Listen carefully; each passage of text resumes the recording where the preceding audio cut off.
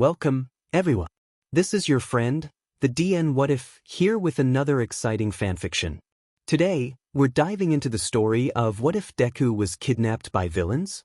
If you enjoy this video, don't forget to hit that like button and subscribe for more fanfiction content just like this.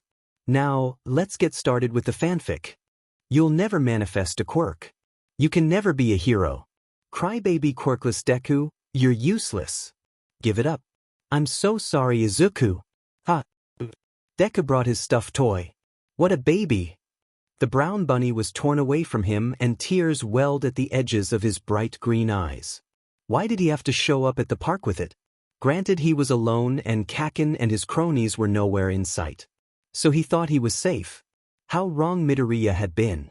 Now his favorite toy, which had been a gift from his mother, was being singed and blackened.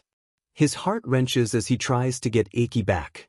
Midoriya would spend nights talking out his fears, his problems, and how much he wanted to be a hero, how much he wanted to be like All Might to the stuffed animal. He had even imagined the bunny secretly rooting for him. Iki telling him that he could still do it. Some hero he was if he couldn't even save it from Kaken. Give Iki-chan back, Kaken. He shouted, lunging for the bunny only for it to remain out of arm's reach. Midoriya winced when he realized he let the name slip. He even named it. You really are a baby, Deku. Bakugo tossed it up into the air. The quirky winged child swooped up to catch it and hovered out of arm's reach, dangling the stuffed toy by a limb. Unable to hold it back any longer, Midoriya bursted into tears. This was hopeless. They were going to do something to Iki, he just knew it. Why did he have to be so stupid? Here we go again. He heard Bakugo and the landing of his friend but didn't pay any mind. All he could do was sit there and cry. That was until he felt something soft push against his hands. Midoriya sniffed, rubbing at his blinking eyes before realizing he was staring straight into Iki's muzzle. Here, crybaby. Bakugo held it out even further, motioning for him to take it. Midoriya was slightly bewildered at the sudden change and hesitantly reached out. Were they really giving him back? That little glimmer of hope was blown to pieces in an instant. Bits of singed stuffing and limbs exploding his face. Midoriya froze. He suddenly felt numb, unable to react as Bakugo howled in laughter, his friends quick to join in. You should have seen your face. You really thought I was going to give back your stupid toy. He wiped at his tears, smirking. Well, in one piece anyways. I hate you. Midoriya screamed, even startling himself at the eruption of his anger. Silence. Ruby eyes stared him down, sending chills up his spine. That stupid smirk only grew wider when Midoriya stepped back in fear and clapped his hands over his mouth. He did not mean to say that out loud. Bakugo was going to definitely kill him now. Oh yeah? What you gonna do about it? The blonde child taunted and stepped forward to Midoriya's withdrawal. Nothing. He turned on his heels and ran. I hate them. I hate them. I hate them. More laughter rang in his ears as he ran away. And he kept on running until he made it through the door of his home. Midoriya couldn't even remember going down his street or even making the required turns. All of it was a blur with the hating mantra singing inside his mind. He kicked off his shoes before smacking straight into his mother's legs. Izuku! Inko startled as she almost fell over from the impact. Her son wrapped his arms around her in a tight hug, tears soaking through her pants. She held her laundry basket up higher, as to not accidentally whack him in the head with it, and wiggled away a bit so she could set it down properly before consoling her child. Inko tried to gently pry him away but to no avail. Izuku, what's wrong? I hate Kaken. Izuku, hate is a very strong word. That's not very nice of you to say. Inko scolded softly, petting his wild green hair. He's not nice. He's a big bully. He blew Iki up. Midoriya pulled away, staring up at her with red eyes and dribbling snot. What could she say to that? Did he now? She was going to have to call Ms. Bakugo. Though it seemed no matter how frequently she did, nothing ever got better. So I hate him. Izuku. Finally she grabbed him by the shoulders and forced him back, crouching down so she was face to face to him. You want to be a hero, right? Inko felt awful that she was going to play off his dreams. But she didn't want her son to be filled with hate. With that thought, Inko's heart melted at his messy face. So she began to wipe away the tears and burgers with her sleeve, even plucked a piece of fluff from his hair. Yeah, I want to be like All Might. Midoriya vigorously nodded, sniffling. He wanted to be strong. He didn't want to be scared anymore. A smile on his face as he saved people fearlessly. Okay, so if Kaken was in danger, would you still save him? No, it was a hesitant reply, and he bit his lip in shame. Midoriya's tiny hands scrunched the hem of his shirt nervously. Inko knew her son was a smart boy. He knew where she was getting at. What she didn't know was that he wasn't lying. Well, that's what being a hero means. Heroes save everyone, whether they are mean or not. Life is too precious not to. And that's why they only capture villains. Even if they killed all those people? Even if they killed all those people. Inko echoed in confirmation. She swept his hair behind an ear and sadly smiled. Taking a life should not be taken lightly, even if they are the ones hurting others. Well, I wouldn't hurt Kaken. I just wouldn't save him. Midoriya huffed stubbornly and crossed his arms, pouting. Really, the idea of hurting Bakugo on purpose was ridiculous. Actually, he used to help him all the time. Never got him anywhere with his hot-headed friend though. But that was stopping now. If someone else decided to hurt him, or he fell again, Midoriya wasn't going to his rescue anymore. Not until he learned his lesson. Inko sighed. You know what I meant, Izuku. Now go get changed and washed up. Dinner will be ready soon. She watched as he swerved around her and up the stairs without another word, leaving Inko to mull over the conversation with furrowed eyebrows. I wish you were here, Hisashi. Inko muttered into the phone. She shook her head, peeking around the corner into the living room. All Might's laughter boomed through the speakers of the computer, and Midoriya's green hair bobbed in and out of sight from excitement. He's too hard for me to read. I can never tell what he is thinking anymore. Midoriya Inko felt like she failed as a mother. 6 years later, Midoriya's mind replayed the memory of that day. The class subject had lost his interest, and instead, he mindlessly sketched out designs for his costume. Or that was until his drifted off into the long-ago incident. It was odd. Most of his other memories were a bunch of blurs. Not this one. This one stuck out. Clear as the day it happened. The eraser of his pencil softly hit his notebook slowly, hand pushed against his cheek and green staring out of the window to down below. Perhaps it wasn't as odd as he thought. Actually, the mass of anger spiked whenever he thought about him. Midoriya couldn't even understand why Bakugo wanted to become a hero. There was no rhythm or reason considering his personality. All he was a big bully. A bully who picked on the helpless, quirkless boy. Midoriya hit his forehead against the desk. And Bakugo wasn't the only one. He was a big target for all kinds of bullying. He didn't get it. Is this how society worked? Imagine the other quirkless kids out there. How many of them were going through the same thing as he was? It was entirely unfair to torture someone ruthlessly because they weren't like you. That was always the problem though, wasn't it? A flick of something hard rocketed off his head, causing an undignified squeak to erupt from his throat. Midoriya was on his feet the next moment, face tomato red as his peers bursted into laughter and snickers. Sit down, Mr. Midoriya, and please refrain from dozing. Or next time I'll have you stand out in the hallway, understood? Mrs. Hanaka had her arms crossed, a look of disgust smeared across her face. She was like the rest of her students, always looking down on him. Yes, ma'am. He squeaked out and sat back down just as quickly. She turned back around to continue on with the lesson and didn't even bother to quiet the semi-whispered taunting and jeers. Midoriya bowed his head and curled up in on himself. This wasn't fair. You unfailingly knew that since you were a child. Eyes casted downwards, he bit his tongue to chase those thoughts away. Midoriya couldn't let himself spiral out of internal control. He couldn't give up, he didn't want to give up. But the lead of his pencil scribbled over his sketch, dark lines crossing out the diagram of his costume. You're right. The ringing of the bell snapped him out of his negative stupor, and he gathered for his things slowly, waiting for the other students to leave first. Once the room cleared out, Midoriya swung his pack onto his shoulders and scuffled to the door, peeking out into the corridor. Bakugo was nowhere to be found, for the moment. Deeming it safe enough, Midoriya stepped out and kept his form bent, avoiding eye contact. No one really purposefully seemed out to bully him. And it was usually just Midoriya ending up in the wrong place at the wrong time, which was his DMN luck. However, if he could avoid Bakugo during lunch, and up until the next class starts, it would be one of his better days. Bakugo was always the one instigating it, his confidence causing the others to follow his lead.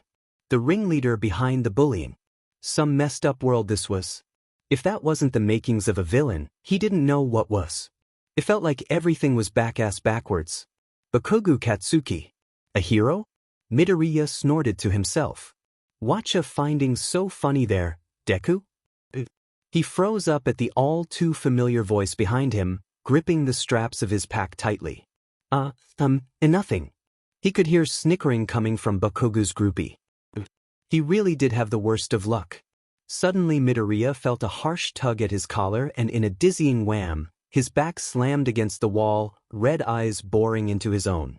The green-haired boy would have been crying by now, tears at edges of his eyes and down his cheeks. But that was hardly the case. And he knew that even set Bakugo off even more. Shitty munch face, how come I don't believe you? Bakugo sneered. If looks could kill, Midoriya would have been dead 100 times over by now. But the quirkless boy couldn't bring himself to care. Because the instant Bakugo showed up, pushing him around, was the moment when he heard an internal audible snap. Midoriya lugged a hunk of spit, the offending loogie flopping straight onto the blonde's cheek. Bakugo's eyes widened and blinked in shock, suddenly letting go. All eyes were on him now, dead silence as everyone seemed to hold their breaths. Even the onlookers stopped in their tracks in disbelief, watching the scene unfold slowly as they chattered quietly to catch up on what was going on. No way! Did useless Midoriya really just do that? What happened? With twitching lips, Midoriya smiled up at the blonde brightly, before speaking out loudly. I guess you're right, Kaken, you're always right. I just thought the idea of you becoming a hero was hilarious. He cheerfully chimed, rocking back and forth on his heels. Midoriya didn't even know what he was doing, it was just adrenaline and a blur of thoughts that slipped through his lips like water. You being a hero is a joke. The next thing he saw was a fist and a thud of darkness. The cooling sensation placed against the left side of his face caused eyelids to flutter. Disjointed chatter filled his ears. None of it made sense, however, as he was fading in and out of consciousness. He fought to stay asleep. All he wanted to do was stay in that blissful darkness. But his body started to have other ideas. He really needed to pee. With a groan, he slowly allowed himself to regain consciousness, blinking open to the white ceiling above. Where was he at? It took him a good moment in his confusion to realize his left eye wouldn't cooperate. Pain throbbed through the appendage and he hissed, quickly sitting up to feel fabric wrapped around it. Bandages. Midoriya could still trace the swelling underneath. It was that bad. A glance around with his good eye revealed he was in the nurse's office. Though no nurse. What was he even doing here? Then, like a train, his memories came crashing. He mouthed off to Bakugo. He called him a joke. Midoriya grinned. This was the first time Bakugo had hit him like that. He must have struck a nerve. Laughter bubbled in his chest and he clenched at his sides, giggling to himself. The adrenaline was probably still in his system or something, because he felt high. Full of energy, giddiness. Exhilarated. That was the first time he stood up to him, and it felt fantastic. Despite the urge to relieve himself came back and the teenager slid out of bed, a hop to his step while he made his way to the toilet. Even though he knew the hot-headed teenager was going to get away with a slap on the wrist, that didn't bring him down. Even when he knew that's what was wrong with society. Those who had valuable, strong quirks got away with everything or with very little punishment. Those who didn't were stuck as stepping stones. And the quirkless? Considered nothing but dirt. Now wasn't that something? Midoriya laughed again, the noise of flushing water drowning out the sound. Rinsed hands wiped against his black pants, and hurriedly ran out to scoop up his pack. He wanted to leave before the nurse came back. For the first time too, he was going to skip the rest of school. Checking for the all clear, he quietly shut the door. Everyone should be in class right now. Besides the few wandering students or teachers or course. Luckily he was only on the second floor, so really it should be a piece of cake. One last check, Midoriya booked it down the hallway, stopping at the corner to the flight of stairs. He waited a breath's moment to listen for footsteps. And when he heard none, he glanced over his shoulder and continued on. So far so good. The teenager was out in a flash, escaping through the gates of the middle school and into the street. As the school's building disappeared from sight, he mentally whooped, grinning in victory. Midoriya Izuku was home free. For the day at least. Mom might not be so happy with him if the school calls. That's even if they do. Usually incidents regarding her child was swept under the rug. There really wasn't much use in telling her either. All it did was cause his poor mother more frantic worrying. The last thing he needed was her to turn into a helicopter. Though, it was a wonder why he had so much freedom in the first place. Perhaps because Midoriya swiftly shook those thoughts out. What's been done was done. So he turned to his next course of action. It was time to stake out some heroes. Knowing what he knew now, he had a lot more notes to take than he originally thought. He shouldn't have been focusing on just quirks or their capabilities. He needed to take a good extensive look at some personalities. To seek out the truth amongst the lies. That sounded about right. Boom. The explosion reverberated through air, rattling the ground beneath and stumbling the green-haired boy. Ha! Midoriya regained his footing from the unnatural quake, looking up towards the city line. Smoke lazily rose from a nearby area as flickers of embers and fire danced into the sky. He wasn't even that far from the school yet. Previously he might have started to panic considering how big that explosion was. There was definitely something huge going down. Was it villains? A gas pipe leak? But judging from the size of the shaking, it had to be something bigger. Maybe a bomb? Whatever it was, the situation only excited him into a jittery muttering fanatic. Midoriya hurried towards the source of fire, weaving through the slow-growing group of citizens pausing on the streets. From the distance he could hear panicked cries and shouts. Police officers have already begun the process of blockading the roads and directing civilians. And fire trucks honked their sirens as they tried to pass through a crowd of idiots who were slow to move. Boom. The quirkless boy faltered at the second explosion, the shaking bringing him to his knees. Panting he waited the shockwaves out, screams escalating all around him as people ducked in instinct. Taking the chance he dashed past the officers who paid him no heed. They were more concerned with trying to keep the public calm and moving them away further from the danger. Just a block down and around the corner, Midoriya skidded to a stop, his heart dropping to his stomach in a cold feeling of dread. The entire street had been desolated. Buildings, apartments and shops, all reduced to nothing but rubble and fire. The level of mass destruction in such a short span was unbelievable. People lost their lives. Midoriya knew. They wouldn't even had any time to run. His legs began to shake, fists clenching as he tried to calm himself down, nails biting into the skin of his palms. His earlier excitement was completely forgotten in the face of the wreckage. Gritting his teeth so hard he felt his jaw straining, helplessness settling on his shoulders heavily. There was nothing he could do. Why was he even here? What a fool he had been, running straight into danger. At this point he would only get in the way. He turned back around. Please help. The voice was barely just above a whisper. The quirkless boy stopped, skiing in air as he held his breath in a slight gasp. He waited in hopes that they would speak again, anything to give him a location as to where they were. But nothing. Had it just been his imagination? Hello. He cautiously called. Boom. Look out, kid. A hard feeling of wood wrapping around his waist tugged harshly, his body jerking so fast, Midoriya thought his neck was going to snap.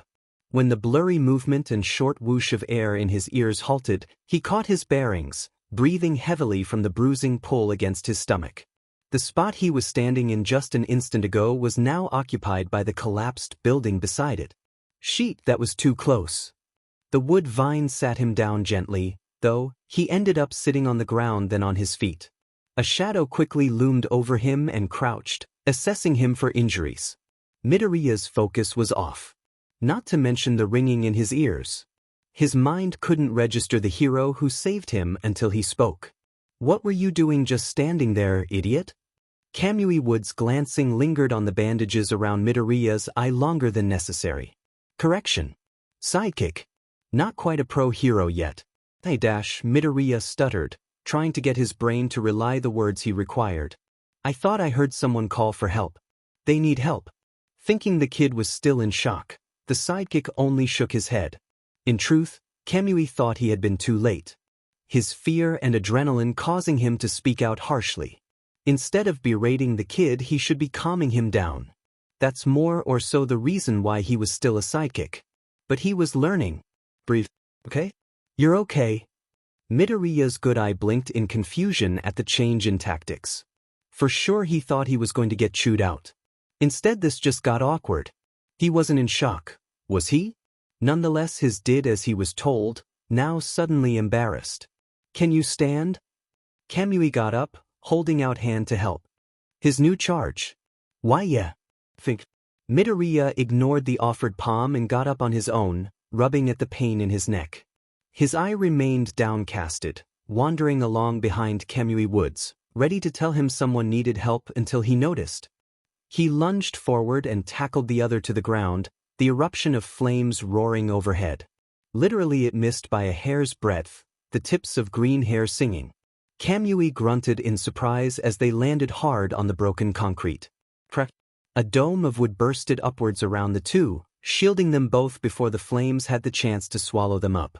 Kamui didn't do well against fire, however, sweating bullets as he pushed past his limits to thicken their only form of protection, as layer after layer disintegrated away with each passing second.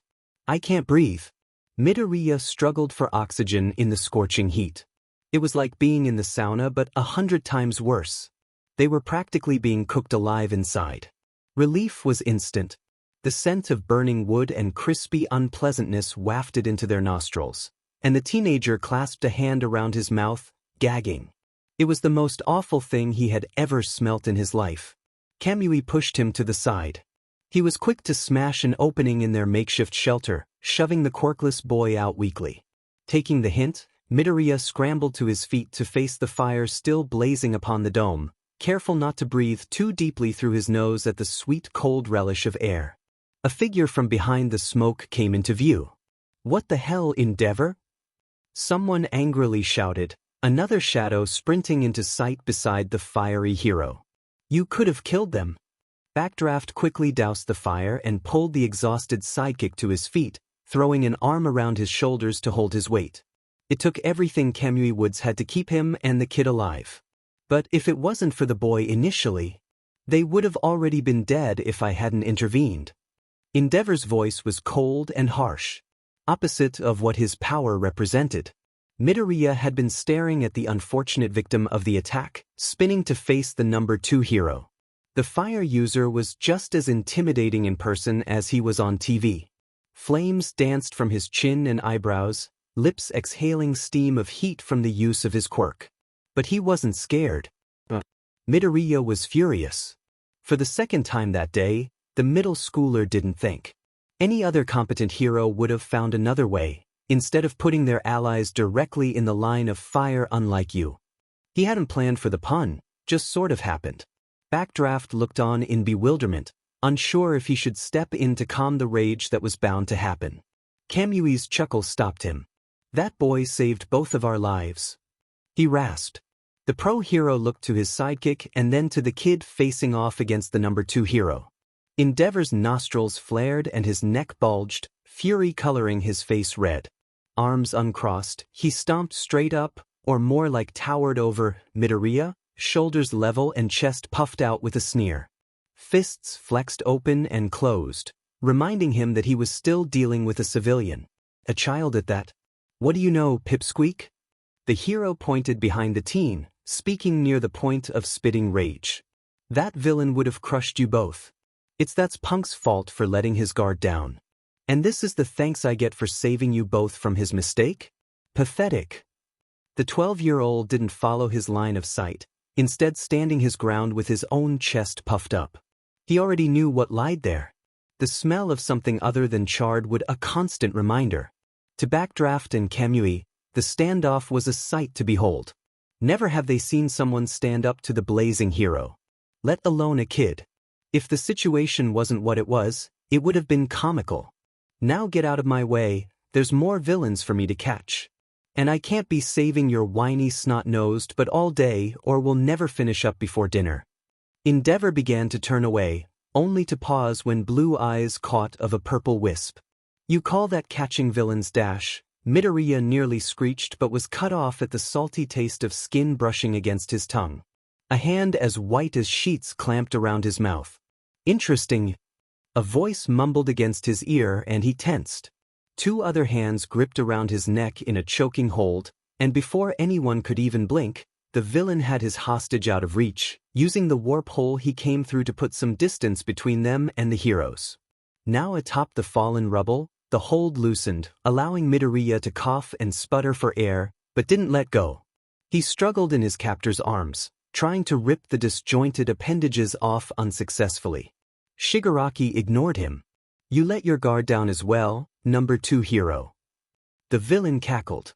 Endeavor growled, flames swelling larger in agitation. He's been had, and there was nothing he could do but stand there and eat his words. The fire user knew this villain too. He was actually the one he had been chasing before running into Kamui and the Smartus. The villain's disintegrating quirk was no joke. If that was even the right thing to call it. Feeling helpless now, are we? Shigaraki taunted, a finger caressing down the boy's cheek. Midoriya fought harder, trying to lean away from the sudden touch. Shush, shush, ha, he cooed, grinning behind the makeshift mask of a hand. Don't want my quirk slipping now. The stroking continued, sending shivers down the teenager's spine in disgust.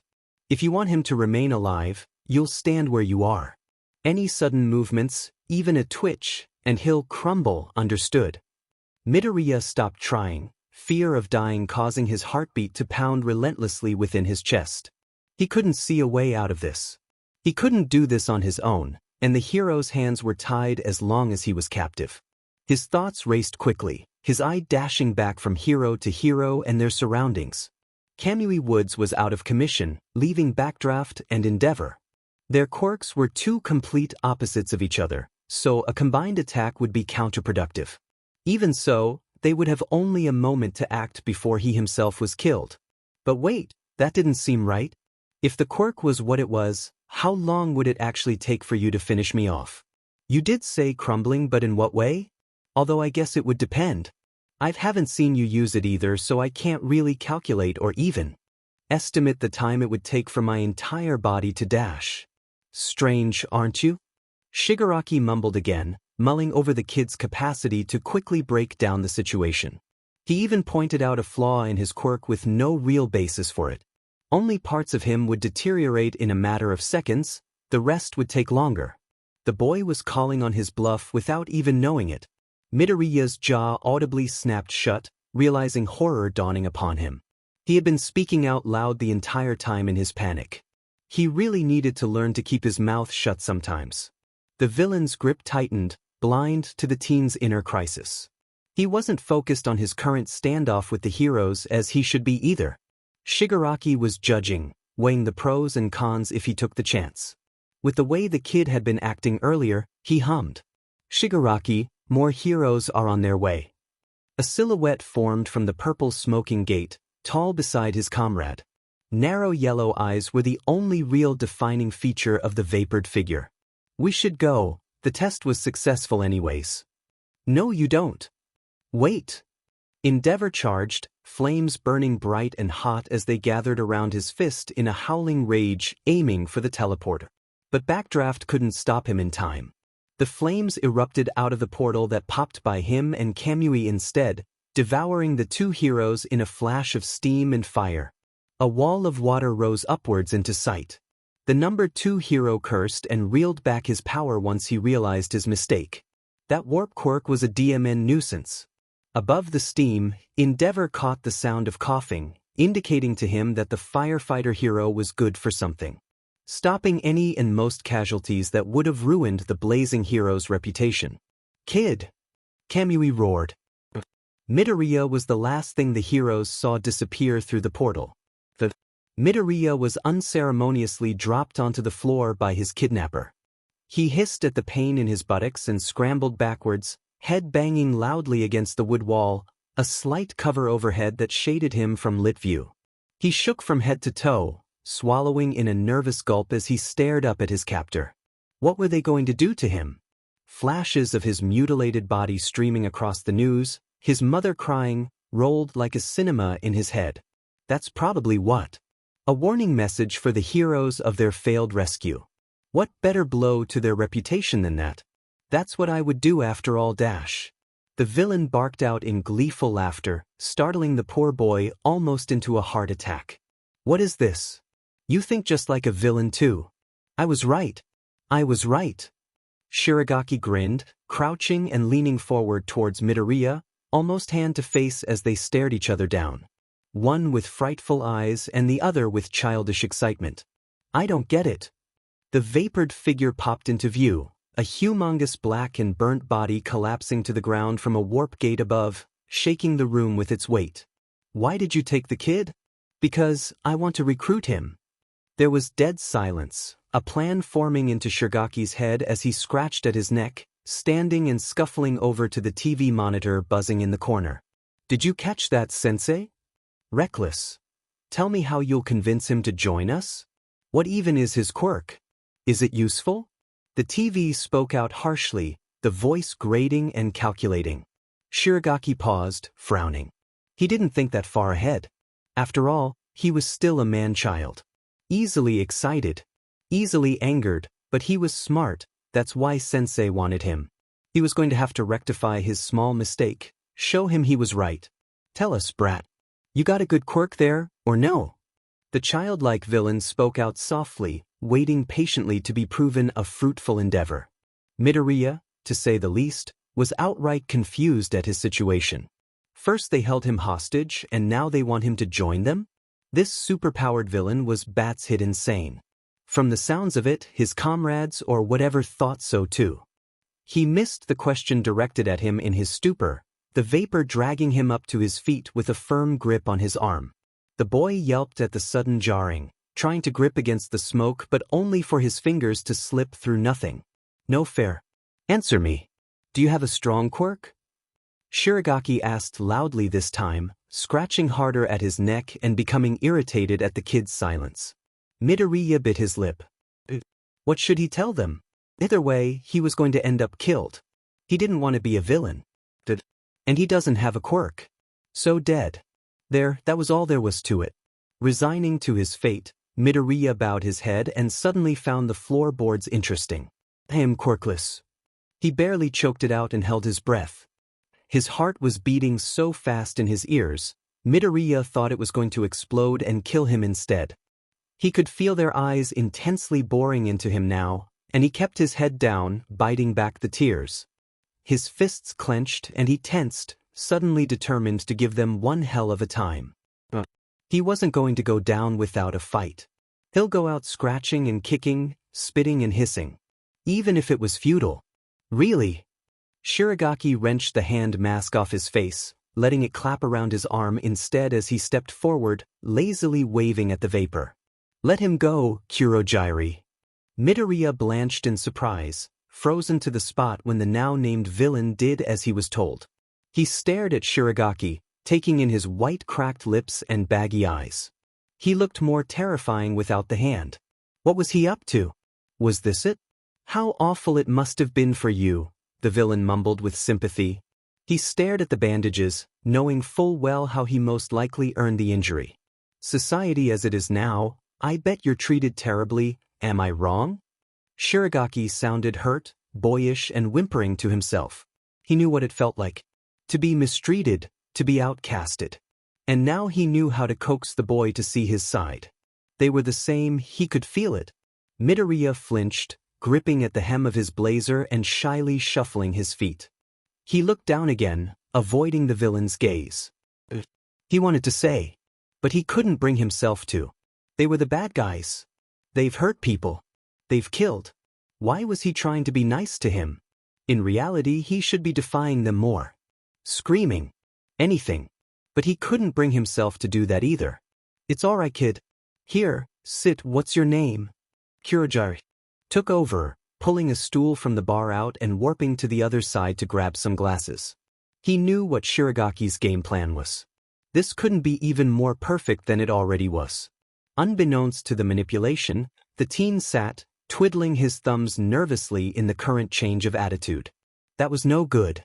They were going to have to find some way to make him more comfortable around them.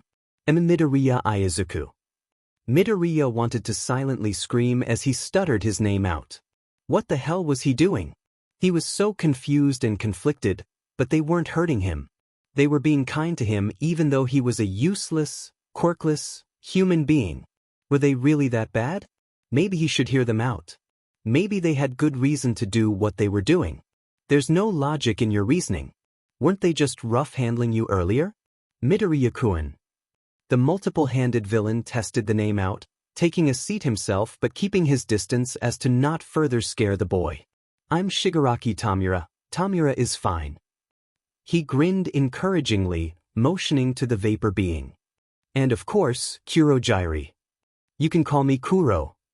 The purple form set down a mug of whipped cream and hot chocolate, catching the attention of the green-haired boy. He stared wearily at the concoction, turning to the pale man beside him who picked up his own glass. It was odd, watching someone much older than him enjoy the sweet drink. Albeit, he slowly relaxed, itching to reach for the mug but not yet. He needed to know something first. Why me? Midoriya questioned, focusing on the pile of white sweet cream sticking out of the cup. He grabbed at his own arm unconsciously. Why do you want me to join you? I'm weak. Shigaraki set down his mug, tongue swiping out to take in the whipped cream sticking to his lips. He hummed, tapping fingers against the counter and tilting his head to rest against his other hand.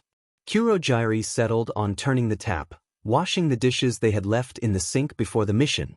Hardly, he rebuked, everything isn't about strength. It's also about your determination and belief, I would like to think. Regardless of our question about your quirk earlier, we would have found a use for it either way. Which was half the truth. The villain glanced to the charred body, thinking that they should probably do something about it soon. What really matters right now is what you believe in. So, tell us. What do you think of our society of heroes? What I think? Midoriya echoed. He chewed on his lip, mulling over his stance. His thoughts from earlier in the day erupting into his mind, reminding him how he got into this scenario in the first place. Well, he began slowly, formulating the words in his head before speaking them. It's unfair, really. I mean, those who are strong step on the weak. And because they have hero-worthy quirks, everyone always turns a blind eye to their horrible personalities. Midoriya gripped at his arm harder, rising anger in his tone. They use their powers to hurt others and yet still say shit like they want to be the #1 hero. He breathed from his rant, hauling back his hate. His eye narrowed, getting a handle of himself and his emotions. It felt good to get that off his chest, at least. And that is why we want you. Our belief is the same. I believe you'll be a valuable asset. He nodded when the boy looked up to him with a hopeful glint. You're quick, clever, and you have that fighting spirit. Quirkless or not. You stood up to Endeavor, of all people, no? Shigaraki mentally grinned. The kid had a lot of hate. Anger. They could teach him how to wield it properly. I want the world to see these people who we call the heroes for what they really are. I want them to see what it's doing to people like us.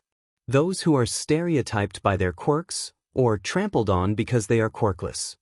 The villain paused, his expression serious now for the next piece he was about to say. However, I do have to admit our methods are unorthodox. If you do decide to join us, you'll be fighting against the self-proclaimed good heroes. They don't understand our cause, and they'll call you evil. It will be hard.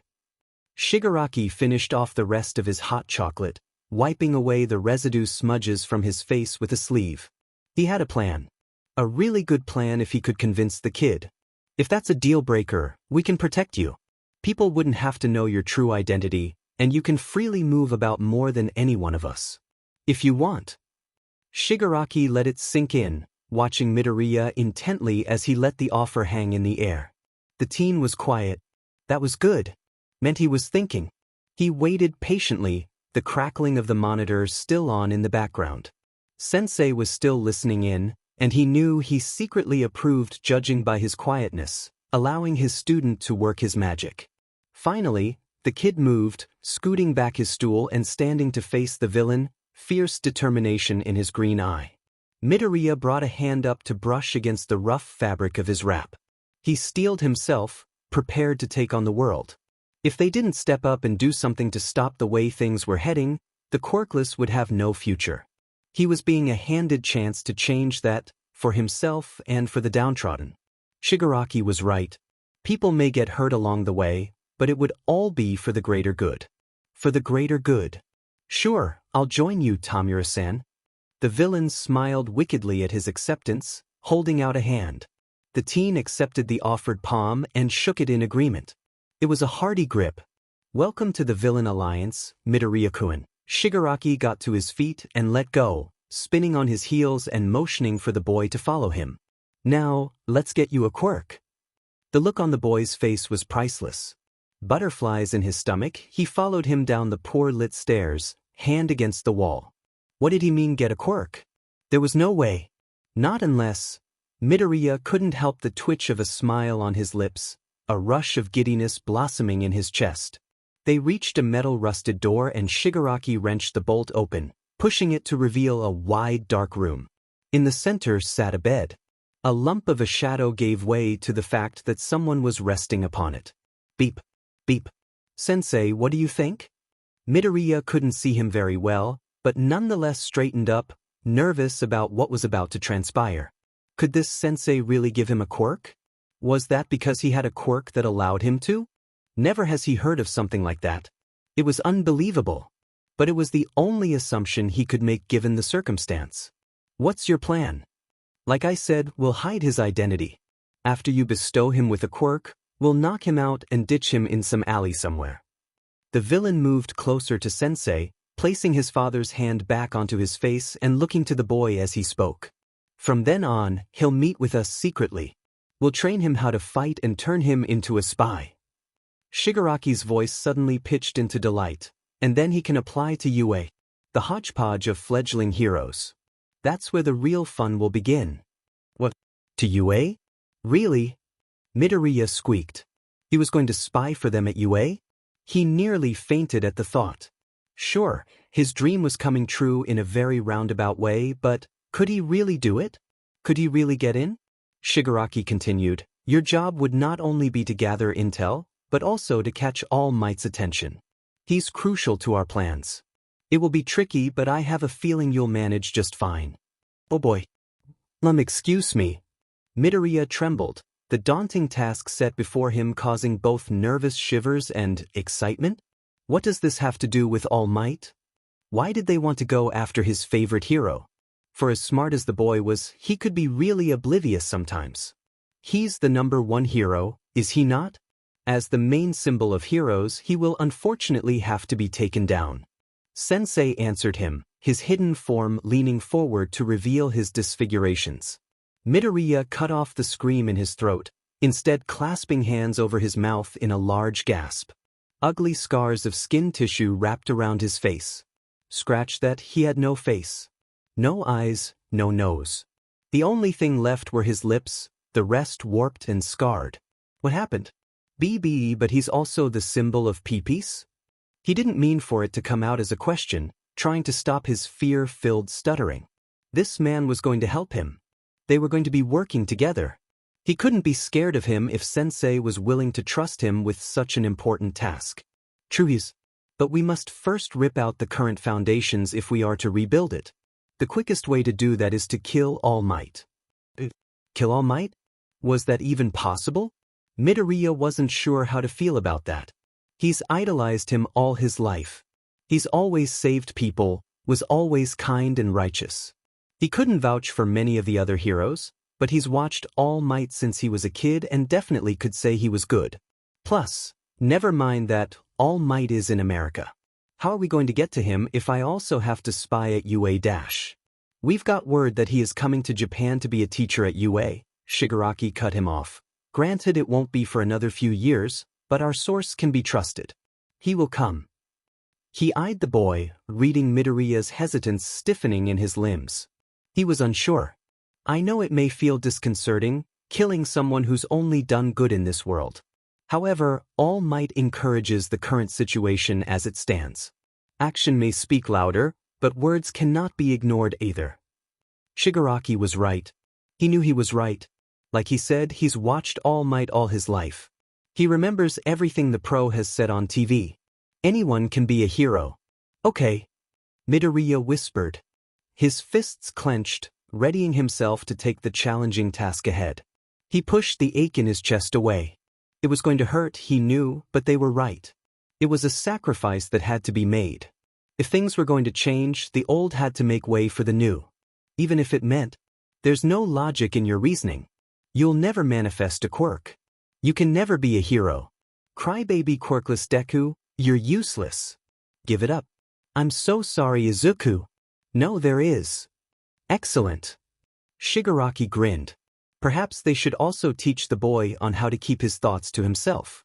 As entertaining as it was to watch him speak in third person, it was a bit creepy. Even for him. Let us commence. Chattering voices echoed all around in the free PRD of the classroom. There was one particular conversation going on, however, that caught Midoriya's interest, listening in closely to the comments of odd specters at a video on their phone, one that had gone viral 2 years ago. He still couldn't believe that it was still going around, the few glances from before, turning into frequent ones at him from his amazed peers. He focused, playing with the uneven surface of a pebble underneath his desk, lazily sketching heroes and notes in his journal. And they found him after that? Yeah, knocked out cold in some trash.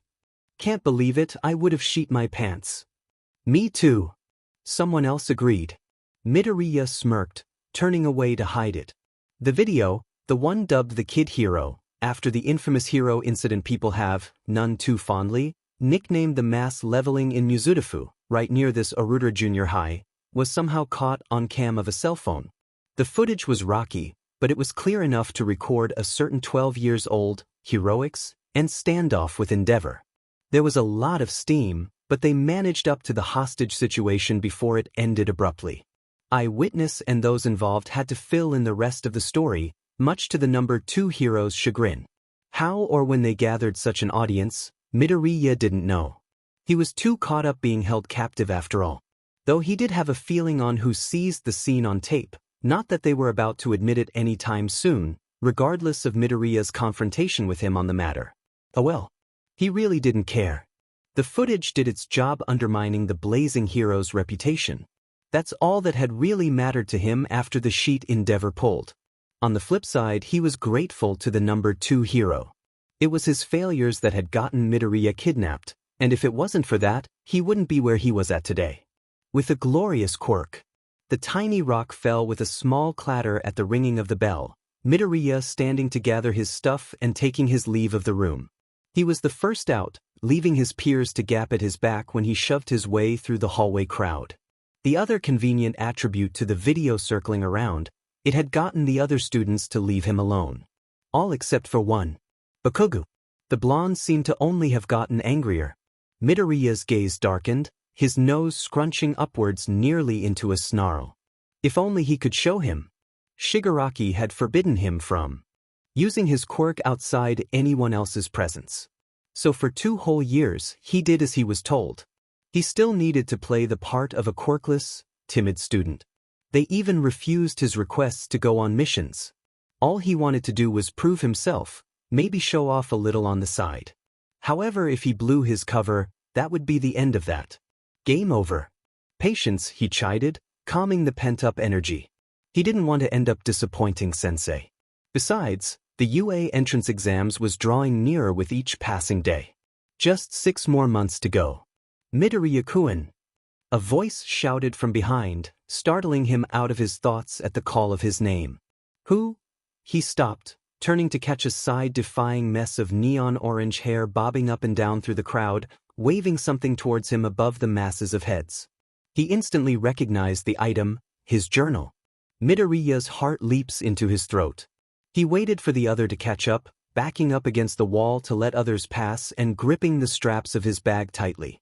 He didn't recognize his classmate nor can recall his name, the unfamiliar face bounding into view. He was certainly impressive at first glance, a square, strong jaw and muscles stretching the fabric of his uniform tightly. Couldn't he have requested a size up? Thank you so much. I didn't even realize I was missing it. Midoriya sheepishly laughs, reaching for the offered notebook. His classmate smiles with bright teeth. No problem. It looked pretty important with the way you were hunched over it and all, so I figured you would want it back. Yeah, Midoriya trails off awkwardly, tucking the journal into the safety of his bag. He shuffled his feet, orange eyes still staring expectantly at him. I'm sorry, but I can't seem to recall your name. Why he was looking at him like that, he didn't know, but it was starting to make him slightly uncomfortable. Oh, it's Rugaterio Accio. Accio ecstatically shouts. What an odd name. Okay, nice to meet you. Midoriya Izuku, though you seem to have already known that, but yeah, thanks again. Midoriya rushes. Silence ensued as they stared each other down. Is there anything else? What was his issue? He wished he could tell him to hurry and scatter so he could get on with his life. But Midoriya Izuku was known to be polite, so instead he waited. Nope. Came the reply with a slight pop. That's it. Alright, well, I better get going then, don't want to be late for the next class. Midoriya swiftly excuses himself as nicely as he could, spinning around to speed walk to homeroom. Though he tried his best to ignore it, he could feel Accio following behind, humming to himself in a pleasant tone. To say the least, Midoriya was baffled. Why was he trailing him now? Did he read some of his journal? He hoped not. Even if what he wrote was just harmless information, he didn't want people rifling through his stuff. Just in case there was something that might raise a red flag. But the answer had him mentally slapping himself. They both had the same homeroom, which became apparent when he followed Midoriya straight into the classroom and took a seat for himself in the back. He didn't pay much mind after the initial freakout, spiky blonde hair catching his attention and sobering him up. Kaken. Midoriya greets, sitting behind the explosive teen in his assigned seat. He could literally feel the negative energy emitting from his childhood friend in front. Deku. Bakugo growls. And that was it. No cursing him out, no shouting. Midoriya's eyebrows furrowed. Though it was a nice change in pace from Bakugo's constant nagging, he couldn't help but wonder what the cause for it was. Shrugging to himself, he let be for now. He had more important things to think about. The rest of the day passed quite easily, ending at the ringing of the bell that released the students from a day of learning. The sun was shining and the prospect of getting some training in brought a bit of excitement to Midoriya. That was until he found himself getting dragged out by Bakugo. Kaken? The poor boy squeaks, the collar of his uniform slightly choking him as he was manhandled. He tried to keep up, really he did. But how fast the other was walking, he could barely keep his feet underneath him. After being half dragged across the school and outside, behind the building, Bakugo releases him. The blonde was deathly quiet as he studied him, making Midoriya worry. Never has he seen the hot-tempered teen this silent. You're different. Bakugo finally says, shoving his hands in his pockets with narrowed eyes. Is this what had been bothering him all day? What do you mean? Midoriya blinks, curiosity getting the best of him. Sure, he had a lot more confidence now, but he thought he had been playing still as the shy and anxious person he had been before. Leave it to Bakugo to see right through it. That, right there. Bakugo begins to shout, stepping forward to lean over the other in intimidation. Usually you're a shitty quivering mess of snot, but instead here you are, no nervous stutter, no nothing, not even when I dragged you all the way here. An explosion of smoke went off in his pocket, Bakugo quick to pull his hand out before he further damaged his clothing. Anger boiled. Well, it's been 2 years and now you've decided to confront me about it? Midoriya's voice raised to match the other, fists clenched. You really think I could go back to being such a baby after that? He snorts. You really need to pull your head out of your butt, Kaken. It's not just about confidence, Midoriya. Bakugo roars. Midoriya's mouth shut right up, green eyes going wide as saucers at the use of his name. He had no clue what was going on anymore. That was the first time he hasn't called him Deku. I could give two sheets about that day. As much as it set me off. I don't understand where you're getting at then, Kaken. Midoriya interrupted him, shaking in visible rage. You're the one who's hurt me 1,000,000 times over, so what do you care now how I act? So what if I'm different? At least I'm not some shitty bully who has an inferiority complex. Dead silence. I don't know where you got the idea that I was always looking down on you, when I was only trying to help. But I came to realize one day, trying to help you meant allowing you to push me around. Midoriya took slow steps further forward, glaring up at Bakugo, who retreats back in surprise. He would have laughed at the fact that he was the one now intimidating. That is if he wasn't so angry. And you know what? I don't have to act better than you. Midoriya stopped his advances when he corners him against the wall and grins, showing off white teeth. I've always been better than you, Bakugo. Without another word, Midoriya backed off, spins around and leaves the blonde to slide down in complete shock. Kaken can go himself. He mentally screeches when he enters the courtyard, the rage still bubbling in his system. Some students suddenly startled, scrambling to avoid his path of stomping anger. He needed to blow off steam before he did something stupid, like accidentally activating his quirk in front of everybody. Thank God school was over. Midoriya breaks out into a sprint, wanting to be anywhere else but here. At least it was the weekend, which meant he had time before he had to face Bakugo again on Monday. Hopefully this time he got the message and would decide to finally leave him the F alone. Whenever there was a crowd, there was always a villain, accompanied usually with some smashing noise and disgruntled screaming. It was a sort of call to Midoriya to come running, eyes alight with awe and joy. Those times have dwindled. Plus, he had only been passing by when he ran into the incident, a monster form of a villain throwing a tantrum on the train tracks and disrupting the peace. Instantly he recognizes the hero currently duking it out. Kamui Woods. Interest piqued, he pushed through the crowd. Even after the hero incident, Kamui's popularity soared, finally earning himself the title of a pro-hero a few months ago. He was an upcoming rising star, and from what Midoriya remembered, had vastly improved in the use of his quirk. Despite how polite Kamui had seemed, he didn't speak a word to Midoriya after they found him. The sidekick back then had felt guilty, Midoriya knew it. He smirks, satisfied enough with the fight and boredom settling in, he left the scene, the crowd cheering at the victory of Milady, who stole the show from Kamui. There was no need to stay and analyze the newbie. Midoriya already had her quirk broken down, which the ability itself was incredibly simple. Easy enough that it wasn't necessary to jot it. Still could be a threat though. Maybe I'll draw up some scenarios and ways to counter it later on. He mumbles. Shigaraki would be pleased that he already had shown some light on their newest enemy. Lost in thought, Midoriya hadn't realized he was making his way through the underpass already. Only when he heard an echoing clang from behind him did he pause, head swiveling to catch something green and slime-like, the sensation of gooiness erupting around him. Oh ho! The slime chimes, suffocating him, got myself a good disguise here. Midoriya's fingers claw at the slippery skin, trying to tear it off as it shoves its slime deep into his throat. He couldn't breathe, gagging on the appendage and sking the life force out of him. This was just all so wrong. Sheet. He had and let his guard down. Could he still do it? If I don't try, I'll be dead. With frantic eyes, Midoriya did a quick glance, trying to make heads or tails if there was anyone else nearby. But he couldn't. Screw it.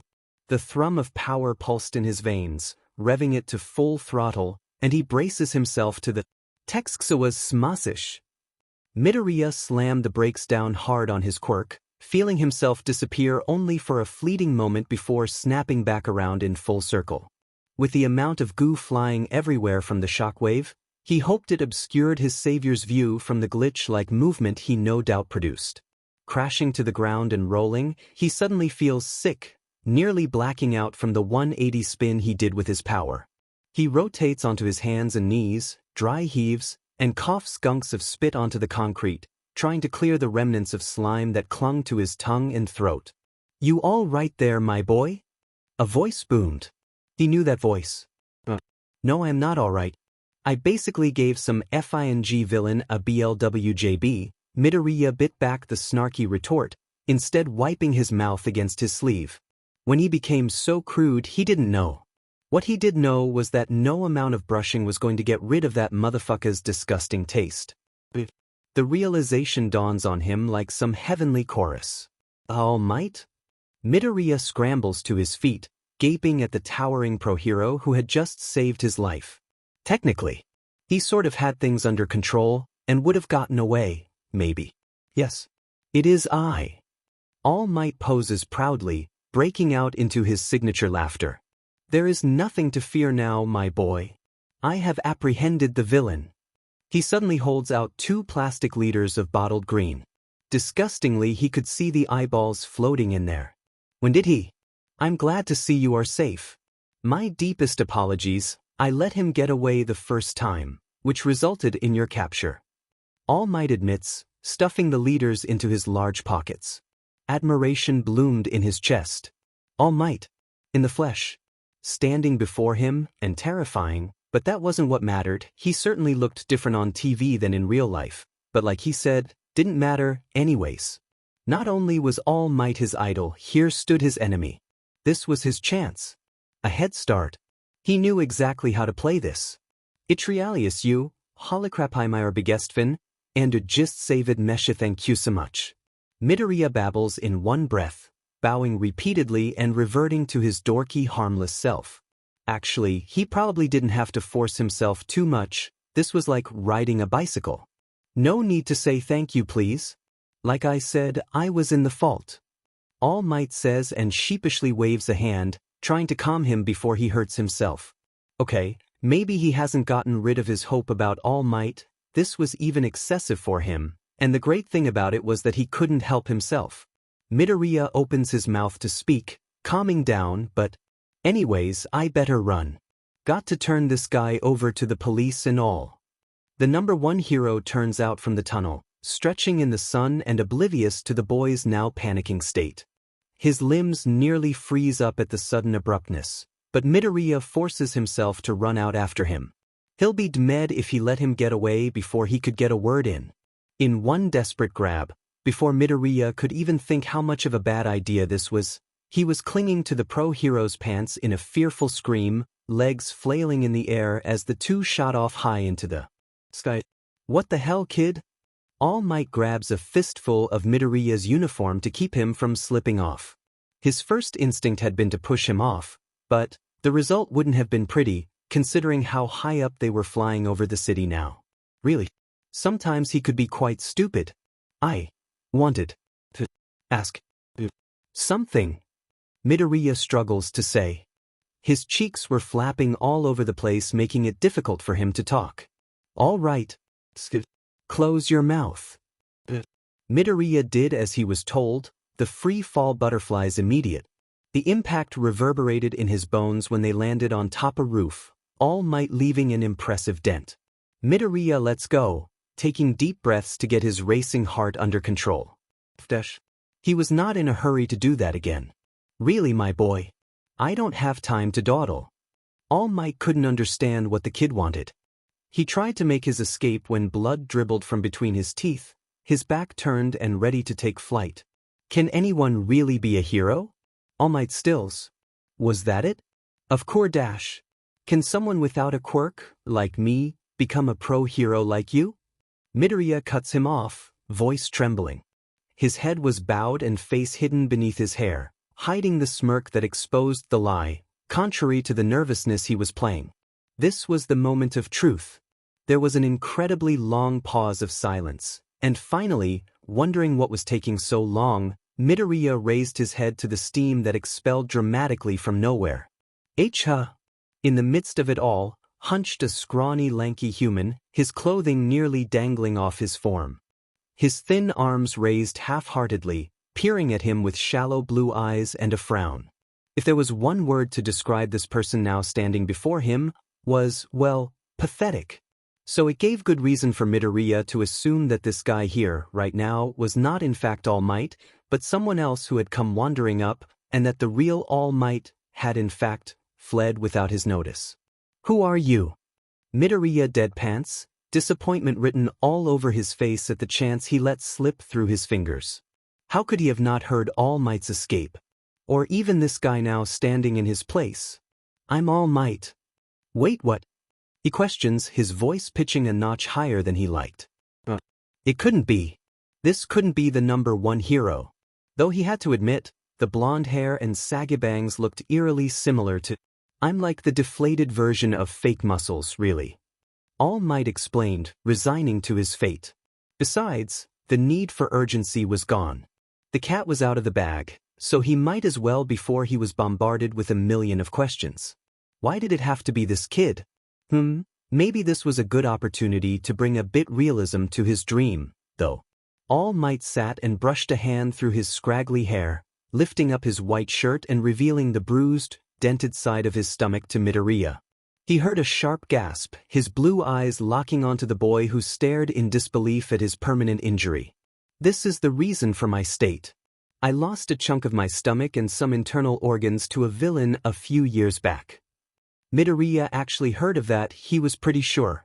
The Alliance networked with some criminals in America, and have mentioned of a huge fight that went down between the number one hero and some villain. Shigaraki failed to mention the name of the villain, nor did he say that All Might had been hurt this badly. That's even if he knew.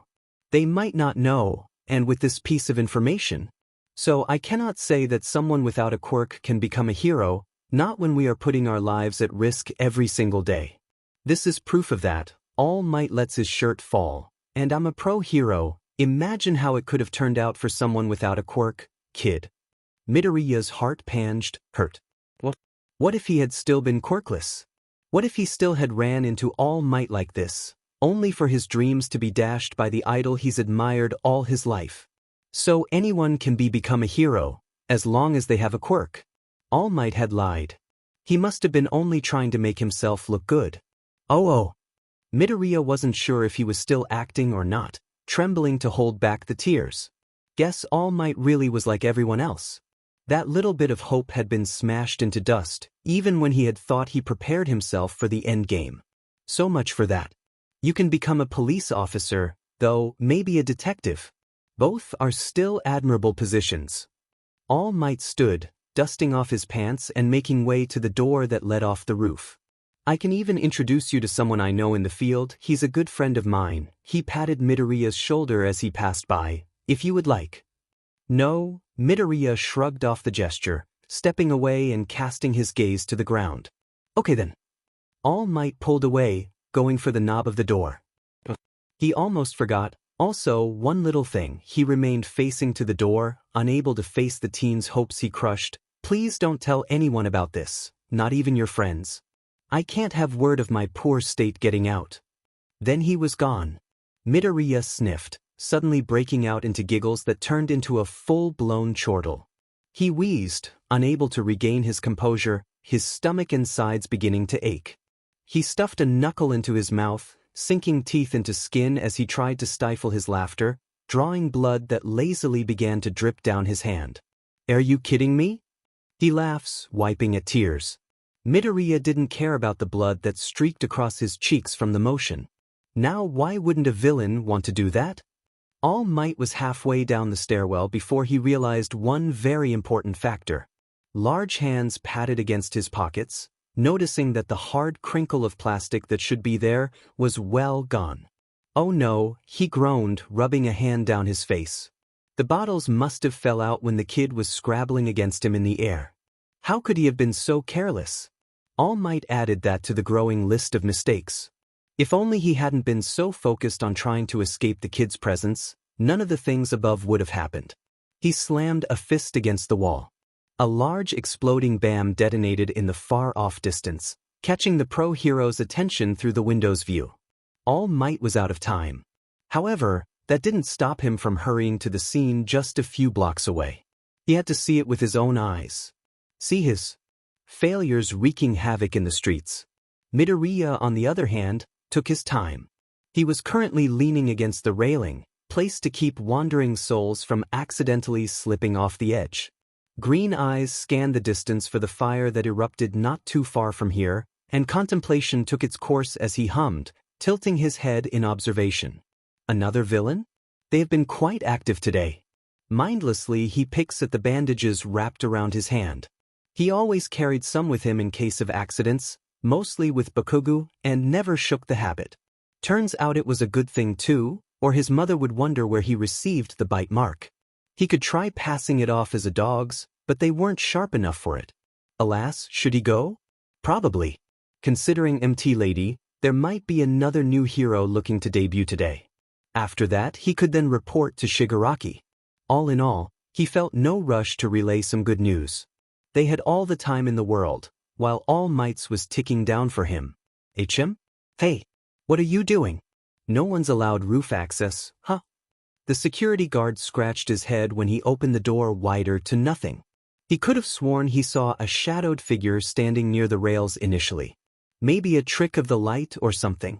Unbeknownst to him, Midoriya laughed when he bleeped out of existence, catching the confusion adorned on the officer's face, before his scene shifted entirely to a dark and trash-filled alleyway. This spot was one who he knew very well, and the only alley he's touched so far. He probably should make it a point to go around and mark more, if he wanted more access to the hidden parts of the city. A small meow gained his attention, a black cat sitting atop one of the garbage lids. Midoriya considered the creature for a long moment, then placed a finger against his lips at the poor animal. Shoo, don't tell Tamura-san. Petted once, the cat flicked its tail in annoyance at Midoriya's disappearance into thin air. He knew he could get in trouble if Sensei found out he was using his quirk right now, when he appeared in a bathroom stall and dashed out, startling some guy who was at a urinal. What the look at what you made me do. But he had something that would make up for his one-time disobedience. The door slammed shut on the shout, Midoriya giggling quietly as he weaved through his favorite fast food restaurant that was McDonald's. This one so happened to be on the same street of the marketplace he scoped out earlier on the roof. He knew the layout of the city like the back of his hand, hours of committing to memorizing streets, landmarks, and businesses now finally paying off. Outside, a crowd, as per usual, had gathered further down the street, the niche of the market utterly engulfed in fire and smoke. Firecracker-like sounds went off in intervals, someone screaming with a hoarse voice and AF off when Midoriya finally arrived on the scene. He could recognize that voice anywhere, the same cursing and yelling having followed him everywhere throughout his life. So he didn't have to see the blonde spiky hair jutting out of the slime's body, nor the distressed red eyes at the suffocation that the captor was experiencing, to know it was Bakugo. Trapped like Midoriya had been earlier. Oh, this was too good to be true. Granted, he didn't like the idea of that motherfucker escaping, though when the villain made his disappearing act, he could take a gander. When Midoriya decided to catch a ride on All Might.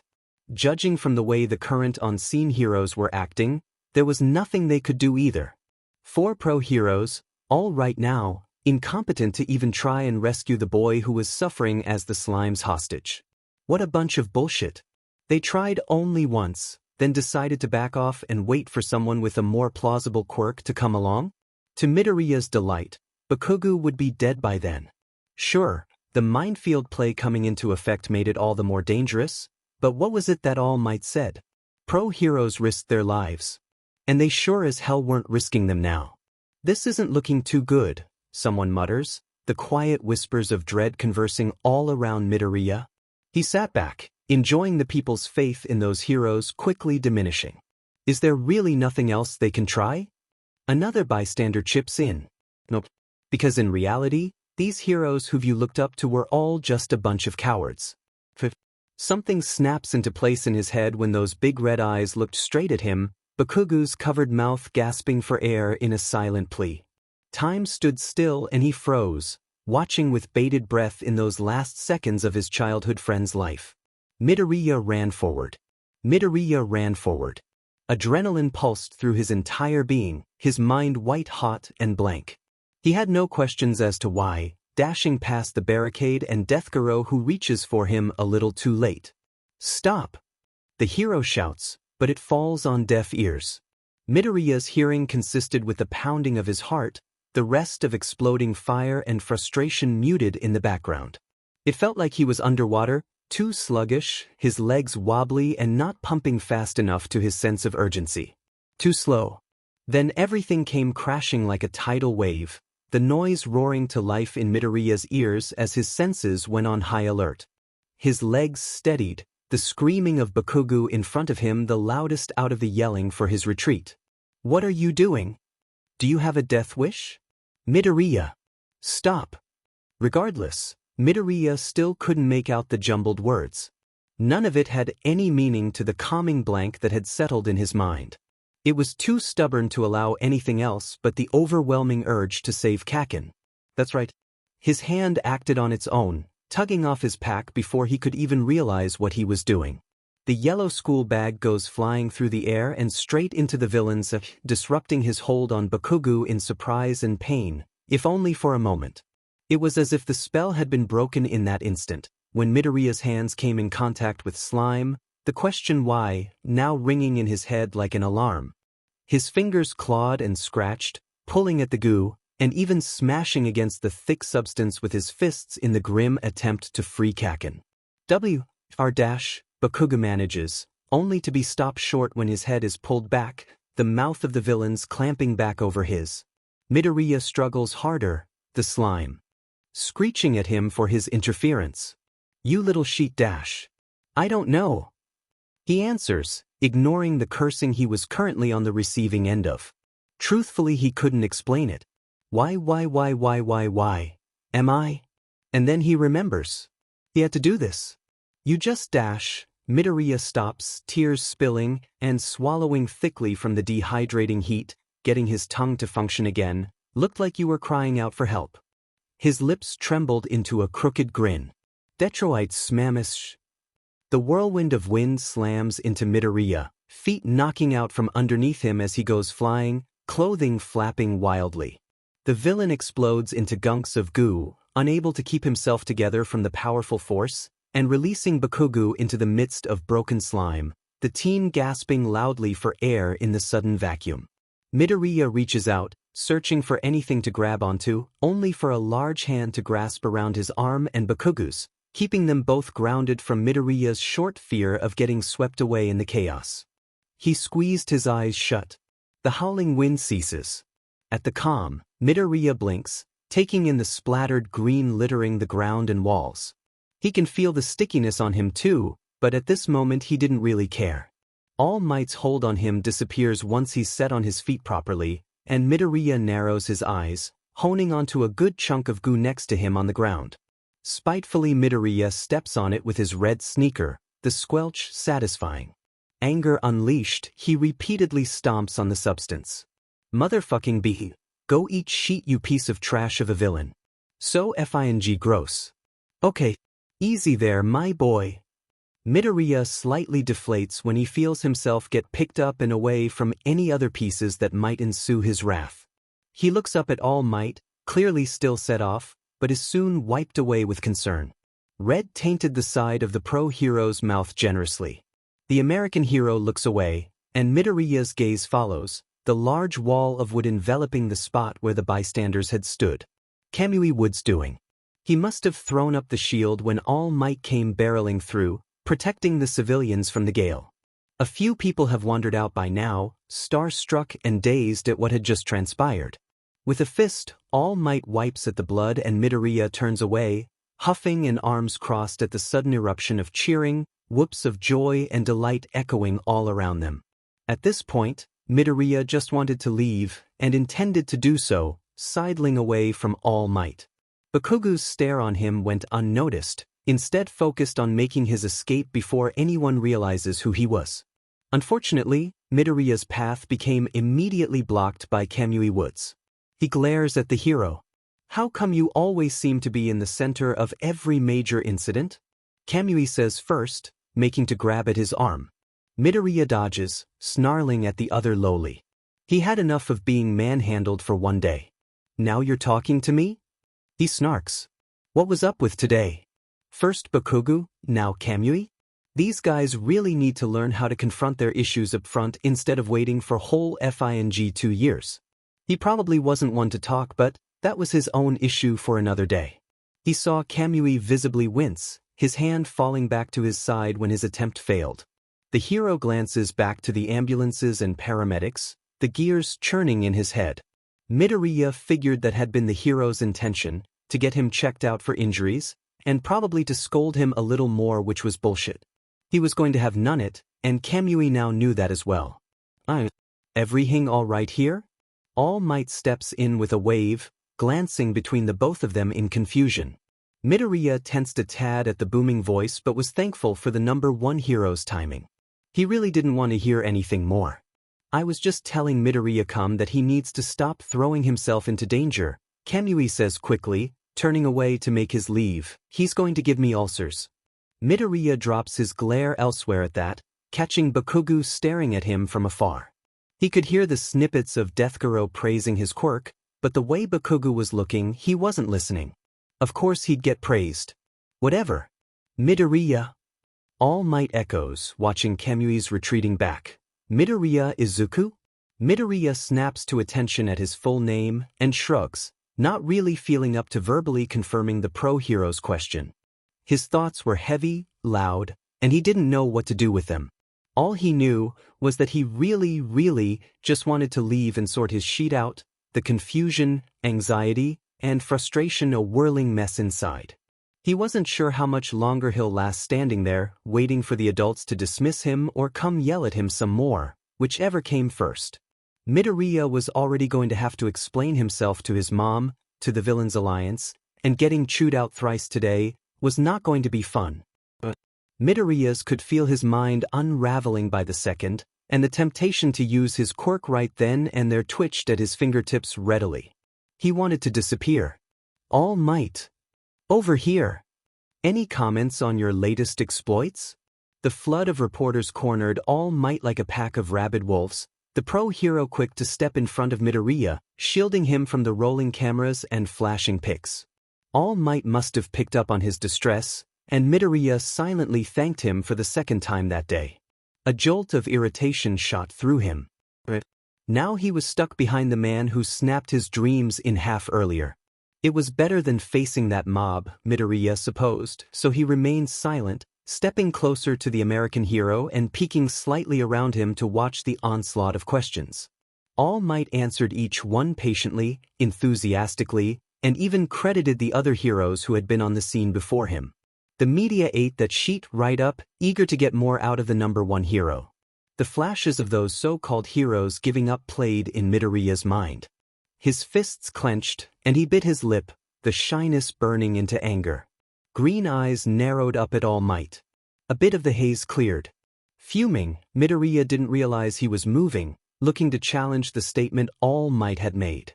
The female reporter currently interviewing the hero spotted him first, her jaw slacking into a "oh" when stepped out from the cover of All Might's shadow. Isn't that Dash? Thank you for your hospitality, but I have other matters I must attend to. All Might swiftly dismisses her and lifts Midoriya, who squeaks in protest, the hero restraining him underneath his muscular arm.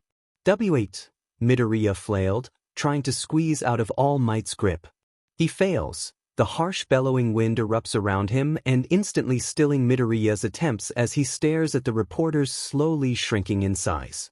He wasn't eager to be the cause of falling to his death due to his struggling. Okay, he had his quirk, but still it wouldn't be a fun adventure. Midoriya looked up to the sunset dimly glaring, the whooshing wind oddly calming compared to his earlier experience. Perhaps it was because he was a bit more prepared this time around, or he was finally able to get away, even though he was still with All Might. That's right. When they descended, well from the main part of the city and the incident, Midoriya pushes away urgently, All Might feeling his resistance and this time letting go, watching cautiously. He stumbles back, panting heavily as the onslaught of his thoughts came whipping through, his pulse beginning to race and hands shaking. What had he been thinking? Calm, he was not calm. That was a lie, he hadn't been calm the entire time. What the hell? Midoriya grits out. All of that anger and pain, And he didn't know who he was directing that question to, himself or to All Might. Probably both. I apologize, but I was very well past my limit and I had a feeling you didn't want to be seen, so I just dash. All Might answers in a ramble, sheepishly rubbing at his neck. His form dissipates in a flash of steam, and Midoriya jumps away, momentarily forgetting that this was a thing.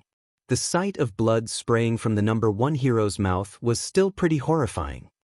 Sorry, the gaunt All Might apologizes, coughing and clearing his throat. The real reason I brought you with me was, well, I wanted to admit that I had been wrong. Whatever else Midoriya had been ready to unleash on the hero was instantly wiped. He blanched, which All Might took his silence to continue. Was this it? Despite lecturing you on the dangers of becoming a hero, I hadn't been putting my preaching into practice. It was wrong of me to belittle you like that, you, who ran in headfirst, even after the pro heroes failed to put their lives at risk. When I failed to put mine at risk. He paused, watching Midoriya's expression change through a multitude of emotions, his hand grasping at the middle of his blazer tightly. Midoriya didn't know what to think, so he didn't, feeling All Might's word resonating in his chest, bringing the ache he thought he's buried so long ago. It was almost too much to bear. But isn't this what he wanted? Honestly, if you hadn't been there, I wouldn't have ran in there like that. I wouldn't have pushed past my limit to save that young man. The guilt was evident in All Might's voice. We wouldn't be standing here like this if it wasn't for you. Midoriya slowly nodded, choking back a sob and the tears threatening to spill. He didn't want to hear this. His nails dug into the wounds of his hand, pain jolting through his arm and trying to shove his hopes back. Stuff. You moved without thinking, didn't you? He wanted to deny it. Midoriya had already chosen his path, there was no going back now. No, he couldn't let himself get Sekidian like this. He struggled with his emotions, reminding himself that this was all a part of the scheme. That's right. You can become a hero, Midoriya Izuku. Every top hero's origin story has one thing in common. Without thinking, they rushed into danger to help people. But they all say the same thing, their bodies moved by itself. Midoriya mentally grins, pushing his doubts away. There's something you should know about All Might's quirk, Midoriya-kun, Sensei's voice whispers in his ear. Don't tell Shigaraki, this is just between you and me. This is your secret mission. He was going to have to break the slime out one day. Things didn't go entirely according to plan, and even if the villain's tactics had been distasteful, he owed him one. At least they were able to succeed sooner than he expected. And I can help you do it. To gain one for all. One for all, that is the name of my quirk. The ability to pass on cultivated power to another. All Might looks down at him, Midoriya having made his way to his knees, tears freely spilling down his flushed cheeks at the implications. He could have became a hero. If only he had heard that sooner. Please don't get too out of hand. I'd rather not have to use my quirk if I think you're going to kill me. Midoriya quips, the sludge man noisily quivering behind him. Shut up, Pipsqueak. Why you in charge anyways? The sludge convulses in irritation, two white orbs whirling around at Midoriya. This is stupid, having to work with some barely PBS and T-teen. He gurgles. Midoriya did not like him one bit. Midoriya clicked his tongue in annoyance, dropping to the ground, the air singing behind him having alerted him to the attack. Spinning around, he flicked a pebble past the villain, the sludge's appendage reacting by slamming down, but only for him to whip through nothing. Midoriya lands behind him. Seriously? He chides, the sludge looking to try and smack him again. Midoriya flips another rock up, aiming directly above the villain and free falls backwards to the ground, the slimy arm side swiping above him as it misses once more. His body rolls over before he hits concrete, Midoriya landing on the sludge heavily, knees on his shoulders instead of the face planting the villain thought was about to occur. The slime freezes at the palm on his forehead, his head pulled back forcefully until he's face to face with Midoriya, the tip of a blade flashing dangerously towards a bulging eye. You're not as invulnerable as you would like to think. Midoriya's lips twitches wide, white teeth showing in his ear-to-ear grin. I'm sure Sensei wouldn't mind if you lost an eye due to insubordination though, if you continue to insist. How did you dash? The sludge shuts it when the blade inches closer. Anyone with half a brain would have figured it out. Midoriya answers anyway despite his threat, sheathing the weapon back at his hip. He hops off, releasing the other and reappearing at the rusty door before the villain could even blink. Do as you're told. The sooner we get this done, the sooner we'll be out of each other's hair. Midoriya lazily waves, letting the door slam shut, pleased with the expression the sludge man currently held. The darkness of the room was deafening, relaxing, Midoriya recalling the memory. It had been great exercising his quirk, showing it off to the idiot, but the villain still continued to test him even after the display of power. He wasn't sure if it was because the villain couldn't figure out his quirk, or if the sludge was just as hot-headed as Bakugo. Midoriya really hoped it was the latter. For his sanity. He couldn't handle stupid. Nonetheless, the sludge did his part, as much as a disaster it had been. Midoriya figured it would have taken a few months to lure All Might, once they caught wind he was here in Japan, but here he was, lying in bed and staring at his hand, the spark of the quirk glowing on his arm, flexing and testing his new power. Like taking candy from a baby. All Might had warned him not to fully use it yet, though. After a short psychical test, the hero had deemed his body strong enough to withstand the quirk. He had actually been clearly impressed with Midoriya's condition, the training he received a blessing in disguise, and allowing him to immediately nab the number 1 hero's power. Even so, Midoriya wasn't at the max fitness, and All Might calculated he might only be able to use about 5% without destroying himself. That powerful, huh? Sensei was going to be most pleased. Thump. Midoriya flipped out of bed, the clattering of a coin dropping in the dark and covers flying. In an instant he was behind the intruder, the blade of his knife at their throat. Or where flesh should have been, the wisps of purple smoke convulsing instead in place. Kuro-san, Midoriya breathes out, dropping his stance. Don't do that. You've gotten faster. The villain says, unfazed. There wasn't much a blade could do him after all. What are you doing here? Always to the point. Sensei has requested your presence. Kurogyri barely mumbles, but Midoriya catches it. It was crucial to keep their voices down. Neither wanted to wake his mom up, or be overhead, even if it was almost the dead of night. Plus, Kurogyri shouldn't even be here. If either of them were caught like this, their plans would be all for nothing. That's odd. Did he say why?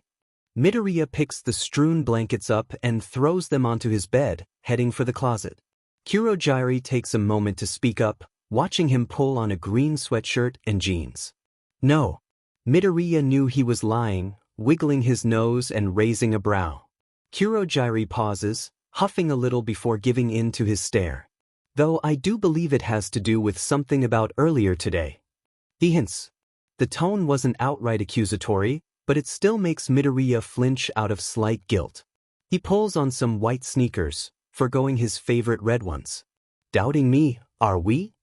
He ties his laces quickly, standing and licking his lips. Is there reason to? Kurogyri rebukes. He was obviously trying to egg him on, but Midoriya knew better. Sensei's orders were final. No, it was firm and the truth. He was doing as he had been told. Nothing more, nothing less. Midoriya could understand why they thought he might have betrayed them and didn't fault them for it. His actions did look pretty bad on the outside. Some of it was. But he wasn't going to let that part be known. Kurogyri lets it drop at that.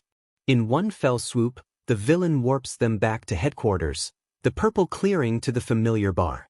Shigaraki was in Midoriya's face before he could even step out, the villain grabbing his arm and dragging him to the monitor.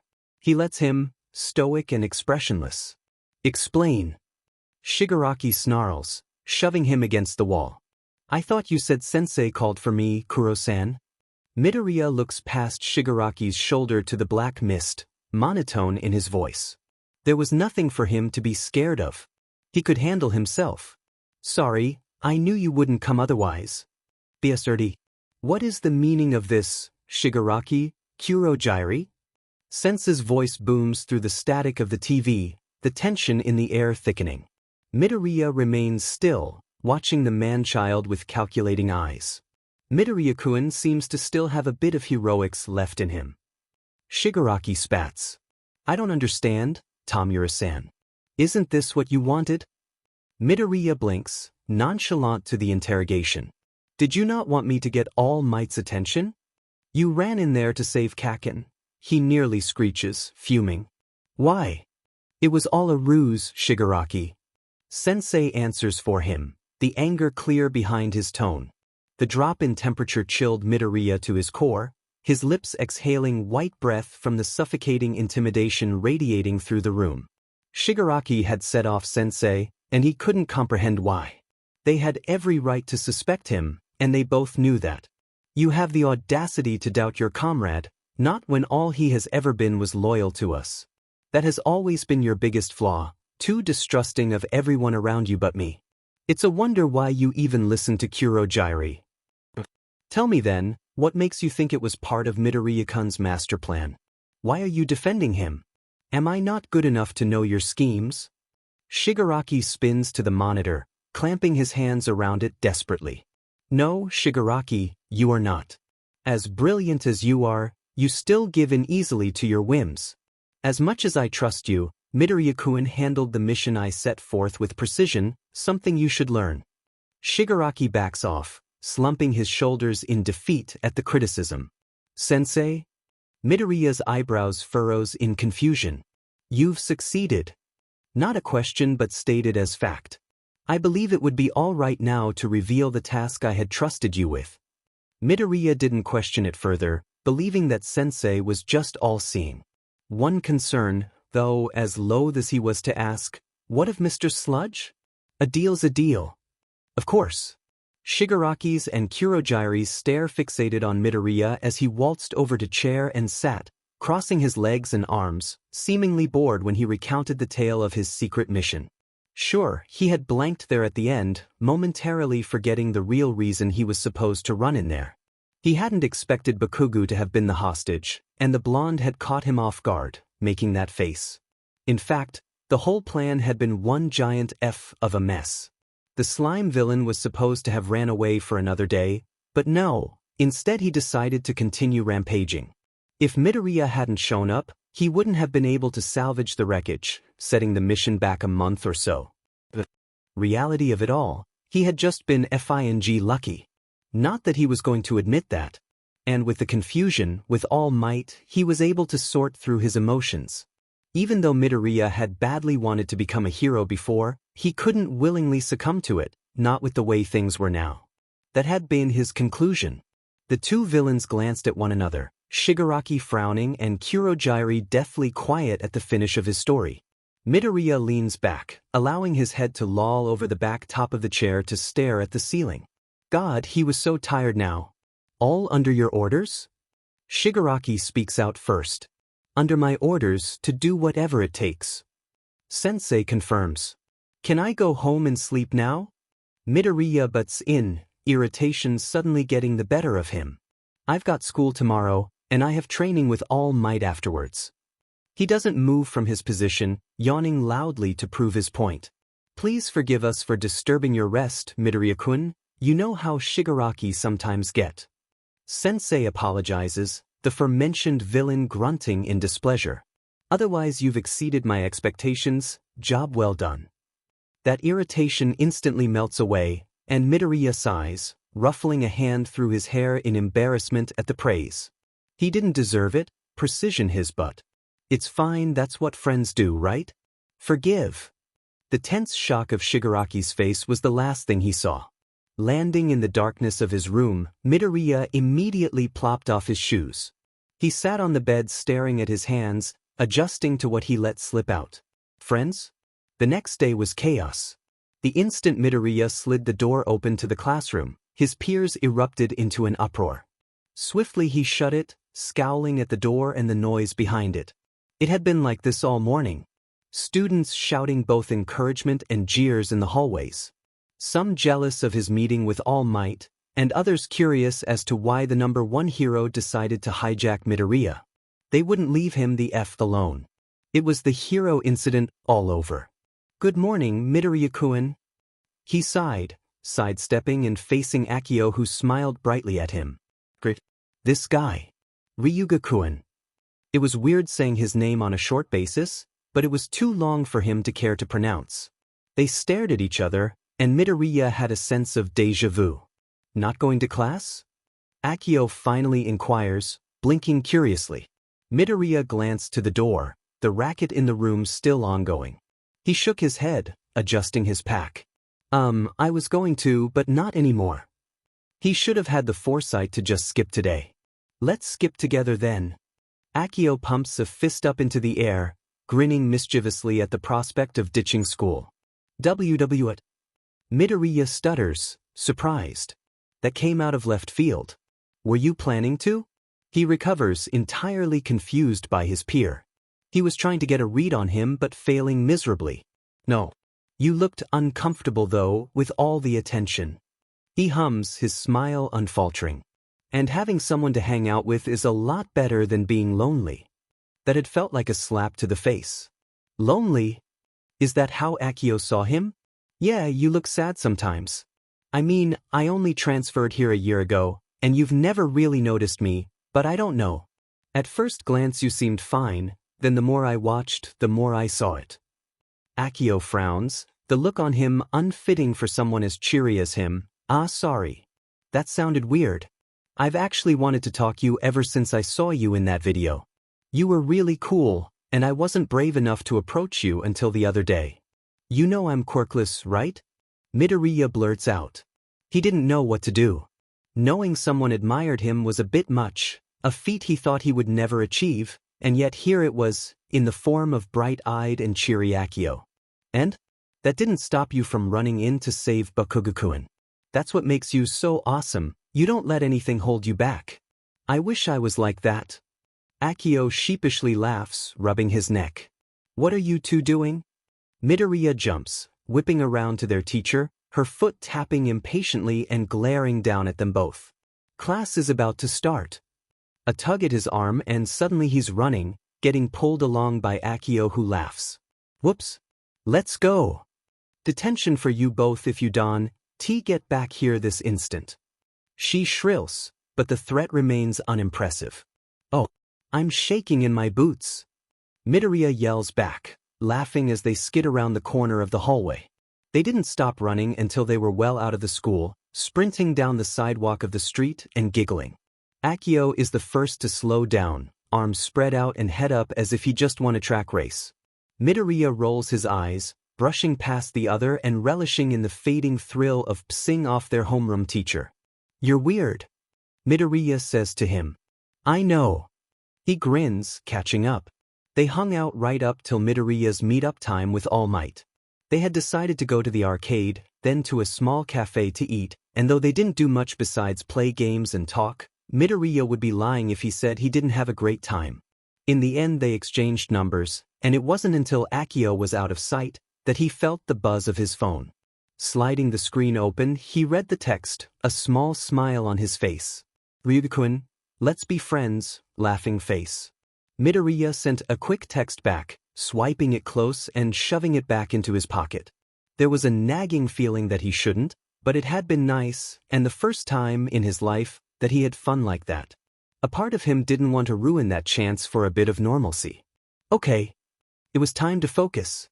His destination was an empty warehouse in an abandoned industrial district. The area had been closed off and set for demolition, to be turned into some mall or whatever, but would do for now. It also gave him the chance to broaden the range for his other quirk, and he made it his goal to swipe his fingers against the walls of each building he passed, even stopping to touch the ground here and there. The last one, Midoriya pushed through the large metal doors, just enough to allow him to slip through. It was pretty dark inside, and he paused, letting his eyes adjust. Swish. Midoriya reflexively blocked, one for all reinforcing his arms to take the brunt of the force, his sleeves shredding lightly in a whirl of power. Pain shot through them, and he gritted his teeth, stumbling back and calling the ability off before.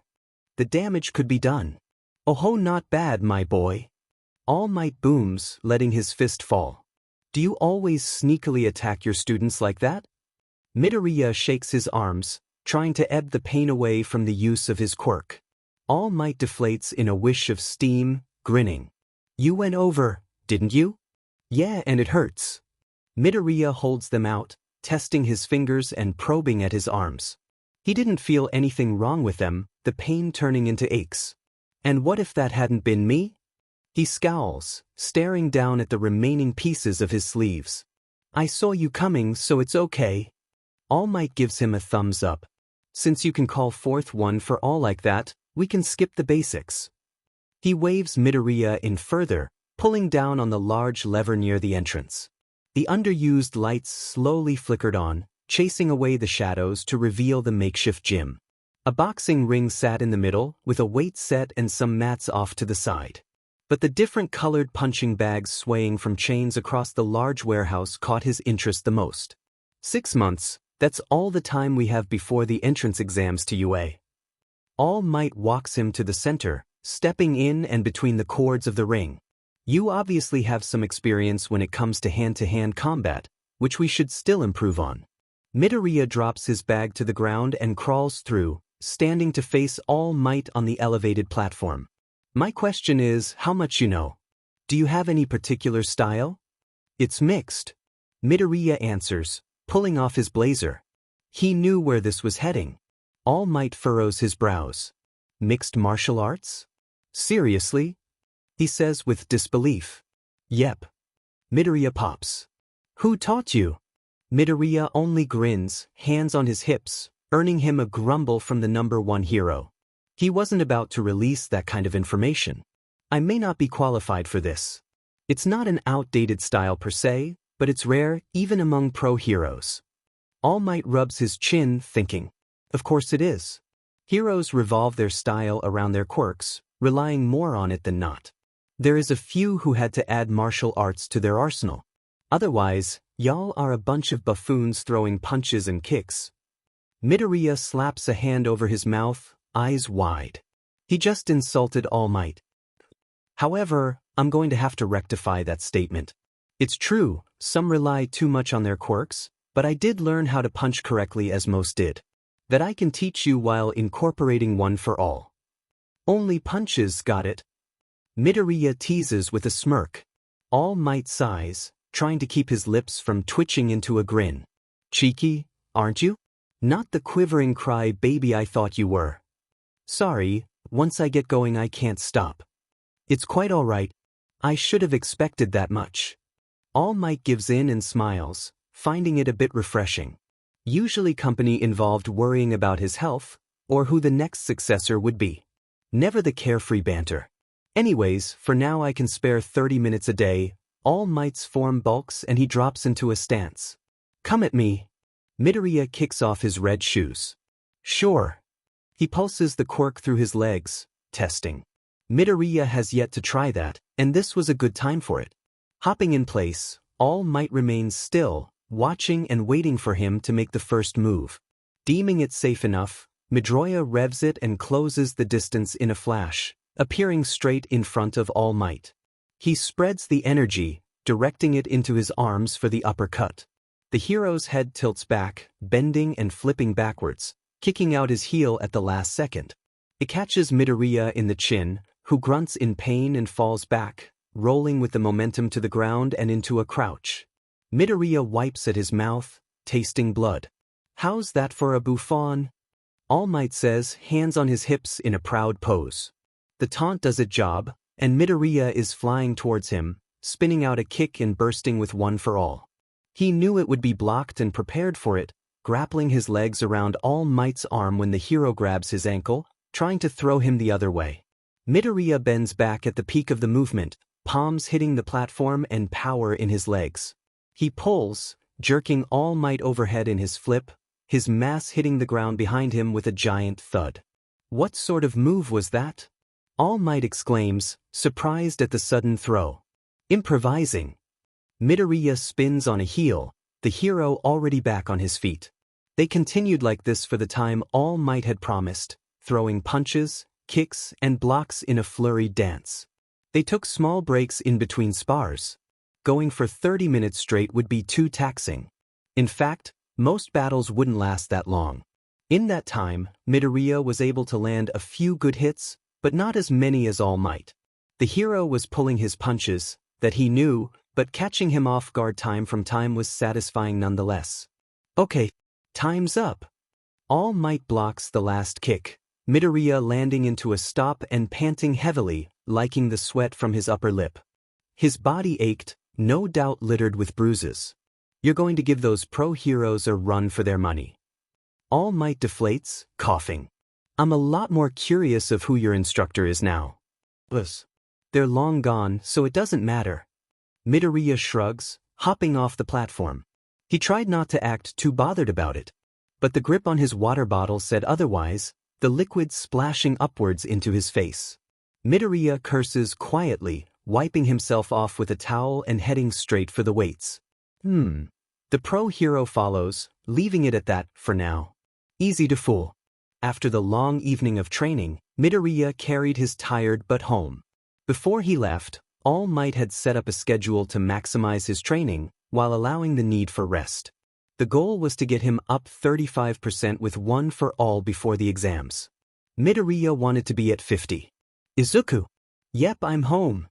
He shouts, shutting the door behind him. How was study? Oh goodness, what happened? Inko gasps as she comes around the corner, rushing to his side in a panic state of worry. She grabs at his chin, tilting his head to get a better look, and Midoriya pulls away, hissing at the slight jab of pain. It's nothing, I just tripped and fell. He gently pushes her hand away with the back of his own. Is it really that noticeable? Of course. It's all back in blue. Are you sure you didn't break your jaw? Inko does as he wishes and lets go. Running back into the kitchen. I don't think so. It didn't hurt that bad after the initial fall, so dash. We all know you have a high tolerance for pain, Izuku. You could never tell when you've broken anything. I remember when you came home with a broken arm, none the wiser. She shouts from the kitchen. I don't remember that. Midoriya slips off his shoes, following to find her at the fridge, the freezer propped open and a bag in her hand, the other scooping ice. You also said you fell. Nope, don't remember. He plopped himself on one of the counter stools, spinning it around once. Don't get sassy with me, mister. Inko scolds, shutting the freezer. She sighs at his antics, holding out the cold bag to him. Sheepishly, Midoriya gets up and takes it, placing it under his chin obediently to pacify his mother. You need to take more care of yourself. Mom, I am. There isn't exactly a cure for the clumsy, but I try. Midoriya sits back down, the soul-searching stare from his mother starting to get to him. You would tell me if you're getting bullied again?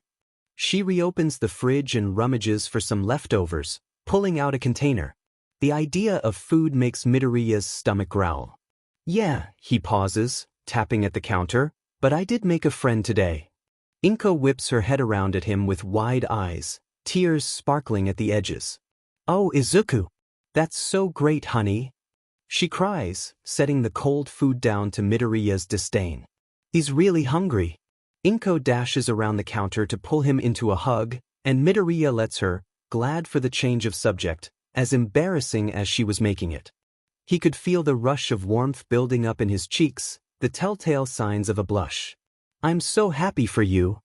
Inko squeezes him once more before pulling away. What's their name? Maybe we should invite them over for dinner, I would really like to meet them. She goes back to warming up the curry, spouting plans. Midoriya gave her a small smile. Rugaterio Accio, and that's a good idea, Mom. Inko beams at him. He hasn't seen his mother smile like that in a long time. Why didn't you tell me this part of the plan earlier, Tamura-san? Why didn't you tell me yours? Touché.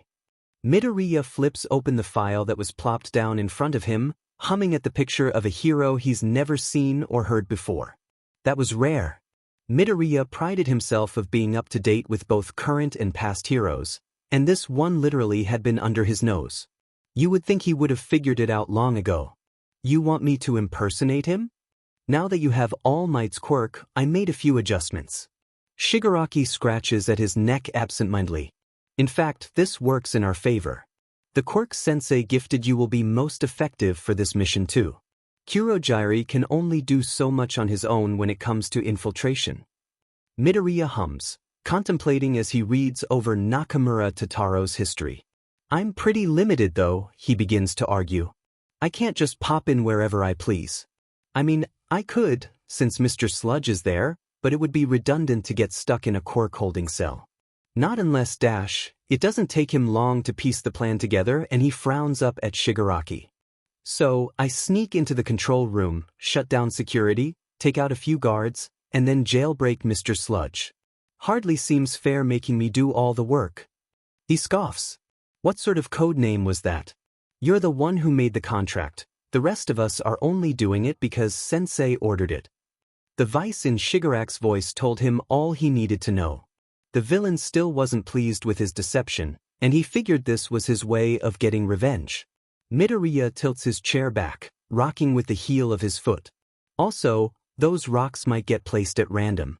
Kurogyri needs to be swift, and we can't guarantee they'll hit the marks, Shigaraki points out. Awesome. Why not just F him up the butt with a cactus at this point and call it good? That is a F ton of security I already have to get through myself, he sighs, flinching at the imagery he had given himself. Worse now that I don't know where exactly I might end up. We'll be supporting you from the outside, but as soon as you shut down the system, we'll run in and provide cover. Midoriya did have to admit though, it was a solid plan. When Sensei had compared him to Shigaraki, their relationship got awkward, seeing as the villain was the senpai in the apprenticeship. He could tell that Shigaraki was trying to make up for it, and even then, Midoriya didn't entirely think of himself as better than him. They were the same overall. One a little more childish than the other, but 2 peas in a pod. How many? A dozen plus the flyer. On second thought, maybe Midoriya spoke too soon. Is it even ready? It will be now. That's too many villains. If more get caught, it would be a waste of resources. Should have thought of that sooner, Midoriya-kun. Shigaraki smugly smiles. The chair clunked back down with a heavy thud, and he chuckles. Oh, he thought, don't forget he knows I'm working with you guys now. If he decided to spill the beans, he could. Shigaraki pitches a whine, tapping his fingers impatiently against the table loudly. Screw you. Sorry, you're not my type. He stretches back, the loud pops of his spine on the chair satisfying. From the side, Midoriya notices the purple mist of Kurogyri and gives him a lazy wave, welcoming the other villain. How long you been there? He questions. Kurogyri steps around the table and drops a pile of pebbles heavily onto its surface. 16 small ones, he counted, each with the capability of screwing him over in this twisted game of roulette. Is that something a 15-year-old should be saying? He asks, and Midoriya smirks, beginning the task of picking through the rocks. He started it, besides, it's hardly inappropriate.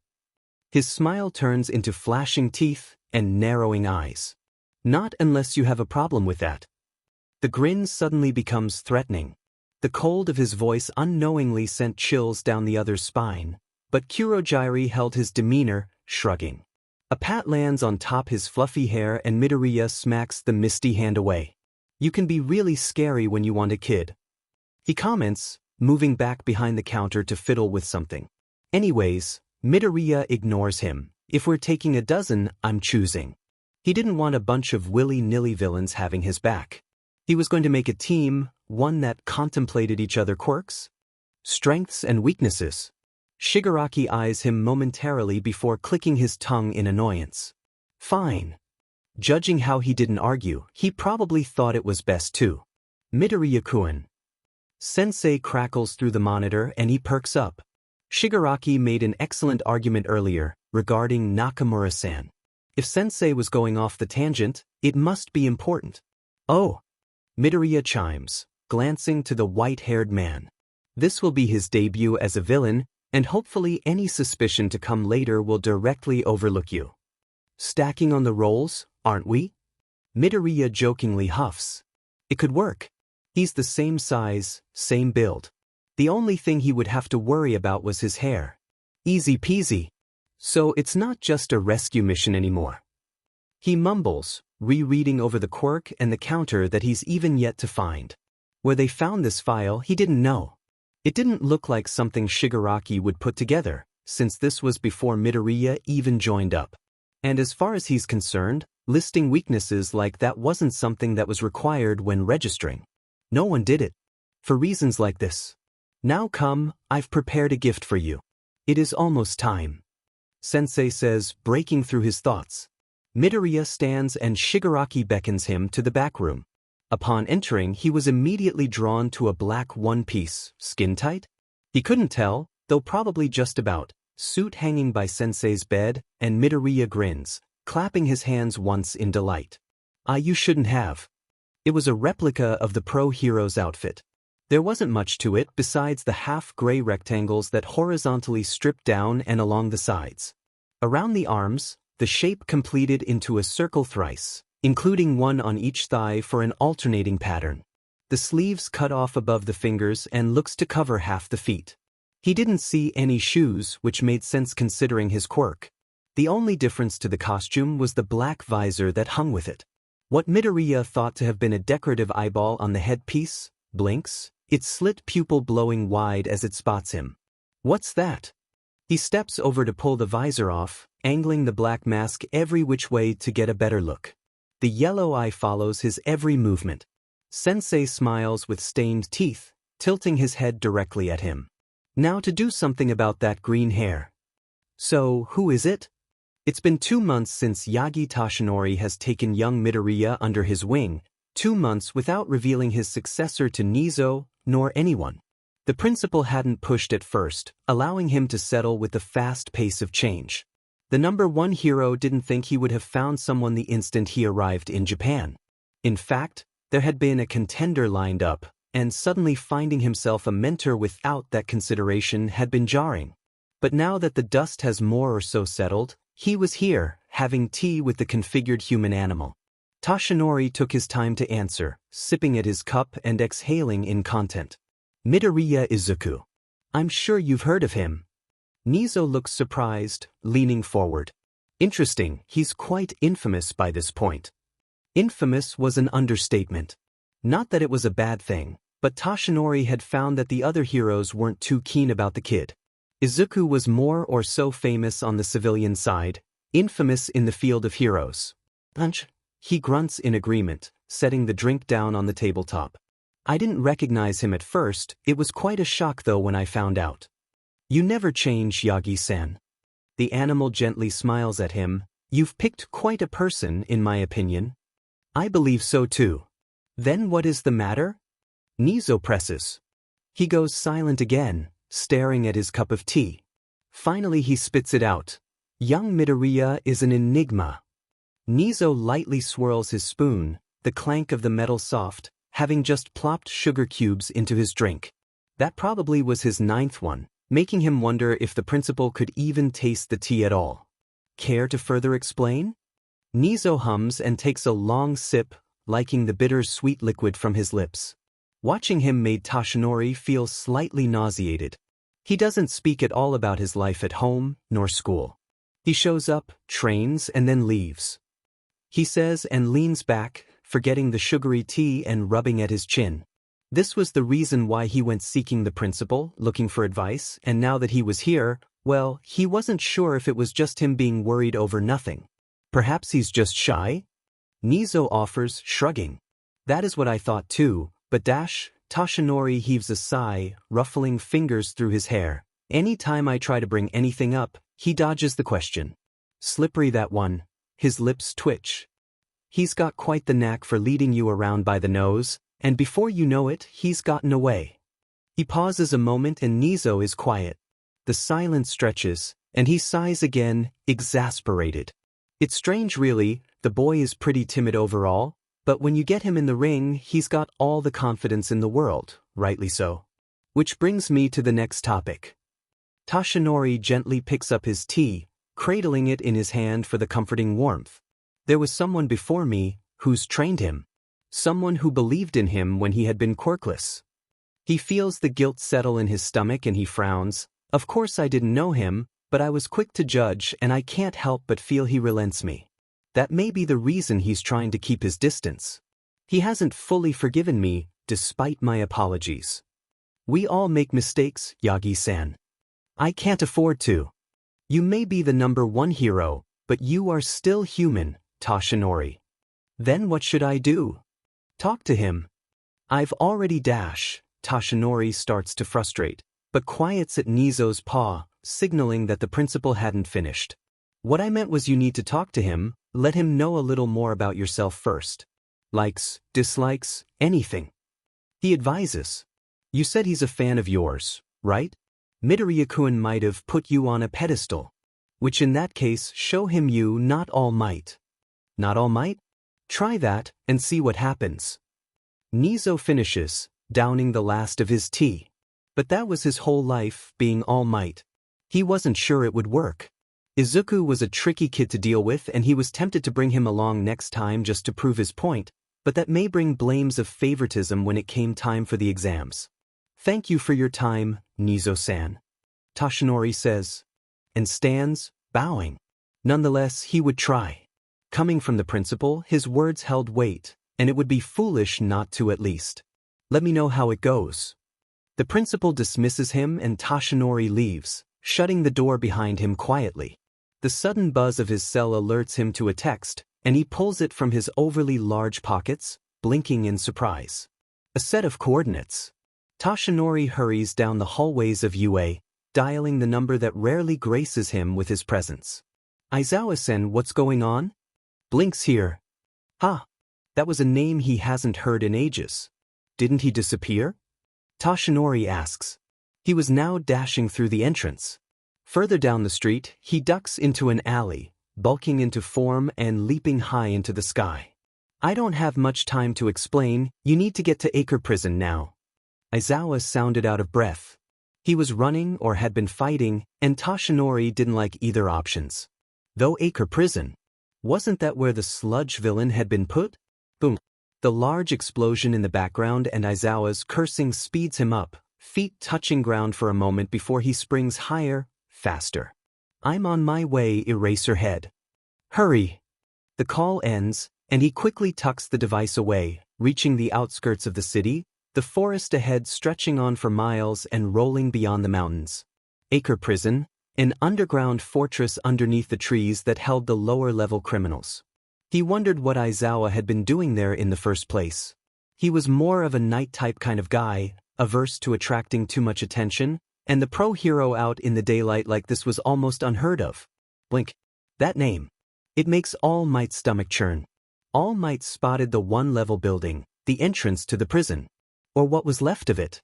The building had been reduced to rubble, smoke rising from the large elevator that had been blown wide open. There was one way in and one way out, which was the elevator that descended to the lower levels. He's been here only once before, and knew that Acre Prison was a vast maze below the surface, 6 layers deep, and was designed to keep escapees contained if they were ever to break out of their holding blocks. For a low-level prison, they didn't take the criminals lightly, and you couldn't when the world was filled with quirk users. All Might landed, skidding to a heavy halt. The question now was, where was everybody else? He would have anticipated the guards fighting off their attackers. It had been lively when he called Aizawa, but now it was deathly quiet. Disturbingly so. All Might kept his guard up, cautious as he climbed over the rubble, searching for any signs of life. The battle must have been taken under, which would be difficult for him to fight in closed quarters. Difficult but not impossible. He was a pro-hero after all. Well, look at what the stray cat dragged in. All Might tensed, directing his attention to the darkened. He could barely make out the figure, hiding in the shadows of the humongous torn doors. They must be standing guard, which meant the elevator still worked and their objective still yet to be achieved. Why else would they stay behind? He narrowed his eyes, straining to get a better visual. The killing intent was thick in the air. Where's Eraserhead? All Might booms. For now, he was more worried for his friend. It wasn't like him to call back up, which meant the situation had turned deathly out of control. Instead of answering his question like villains never do, they cackle, a pale hand grabbing along the torn metal edges and pointing a finger. Nomu. What? All Might doesn't have time to react to the large black blur that came hurtling from the darkness, slamming into him. He goes flying, crashing, and breaking through the trees that do little to stop his momentum.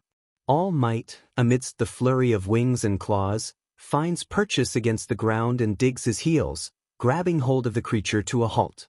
He pulls, lifting the Nomu off its feet and sends it flying the other way into another tree, snapping the spruce in half from the force as the massive body and wings topples. All Might straightens, ragged and covered in shallow cuts. Never has he seen a quirk user like that, one who could even rival his speed. They were strong, and he feared he wouldn't reach Aizawa in time if their fight dragged out. Nonetheless, if he ran past them they would follow, putting whoever else was down there in danger. No, it would be better to fight out in the open. Aizawa was going to have to hold out a little longer. Ahaha, Nomu is pretty strong, isn't he? Knocking the number 1 hero off his feet. I wonder what else he can do to you. The deathly pale figure covered in grasping hands shuffled along their path of destruction, and he recognized the villain instantly. Shigaraki. The cops had been searching high and low for him, even All Might's friend was having a difficult time tracking the villain down. The name wasn't registered anywhere in the database, and it didn't help they only had partial of it, of course thanks to Izuku. After the incident, Shigaraki and his pals haven't reared their ugly heads for 2 whole years. So why now? All Might grits his teeth, the idea of his student held hostage by these terrifying villains flashing through his mind's eye. Izuku had been fine when he was found, a little banged up but alive. From the reports, he couldn't remember much though, and any intel he could give had been useless. However, who knows what they had really done to him? It was another topic that All Might needed to breach with his student. The others should be done right about now. Shigaraki grins behind the hand, spreading his arms out. You came to Eraserhead's rescue, didn't you? He laughs, scratching at his neck gleefully. I'm sorry to report, but your little friend's dead. All Might felt the blood drain from his face. That couldn't be right, he was lying. He had spoken to Aizawa only a few minutes ago. A minute is all it takes for the tide of battle to change. He refused to believe it. This wasn't part of the plan, but Shigaraki scratches at his skin harder, blood welling underneath his fingernails when he broke skin. I guess I really can't stand worthless trash like you. Out of nowhere, All Might catches the glimpse of a small black and gray clothed body before turning to fend off the Nomu. Instead, the creature is knocked back by a small pebble ricocheting off its neck. All Might's eyes widens in surprise when the villain topples over for the second time. All Might whips around to see the black-clad newcomer standing by Shigaraki, grinning wildly beneath the visor that masked his identity, tossing a rock up and down his hand. Tisk, TSK, Tamura-san. They say, their voice cackling with static. All Might wasn't sure who was speaking, his vision tunneling with shock. For the first time in his life, All Might couldn't move, the disbelief freezing up his system. The disbelief, the guilt, and then anger at himself, and All Might couldn't. No, Blink's lips moved but their words didn't sink. Long time no see, Mighty. He waves, as if he was the best friend you haven't seen for years and came back to surprise you at your birthday party. Totaro. All Might chokes out, what he was so incoherent it was embarrassing. Aizawa, what was going on here? After all this time? Here? Obviously. The former hero shrugs, wrapping an arm around Shigaraki's shoulder like they were best buds. My job to keep this one in check, you see. He sounded incredibly smug, the pale villain pushing the other off him in disdain. Shut up. Shigaraki spits. But what are you doing? All Might roars, his voice cracking with pain. This was too much, Blink couldn't be in league with them. Not kind-hearted, caring, innocent and cheery Totaro. None of it made sense.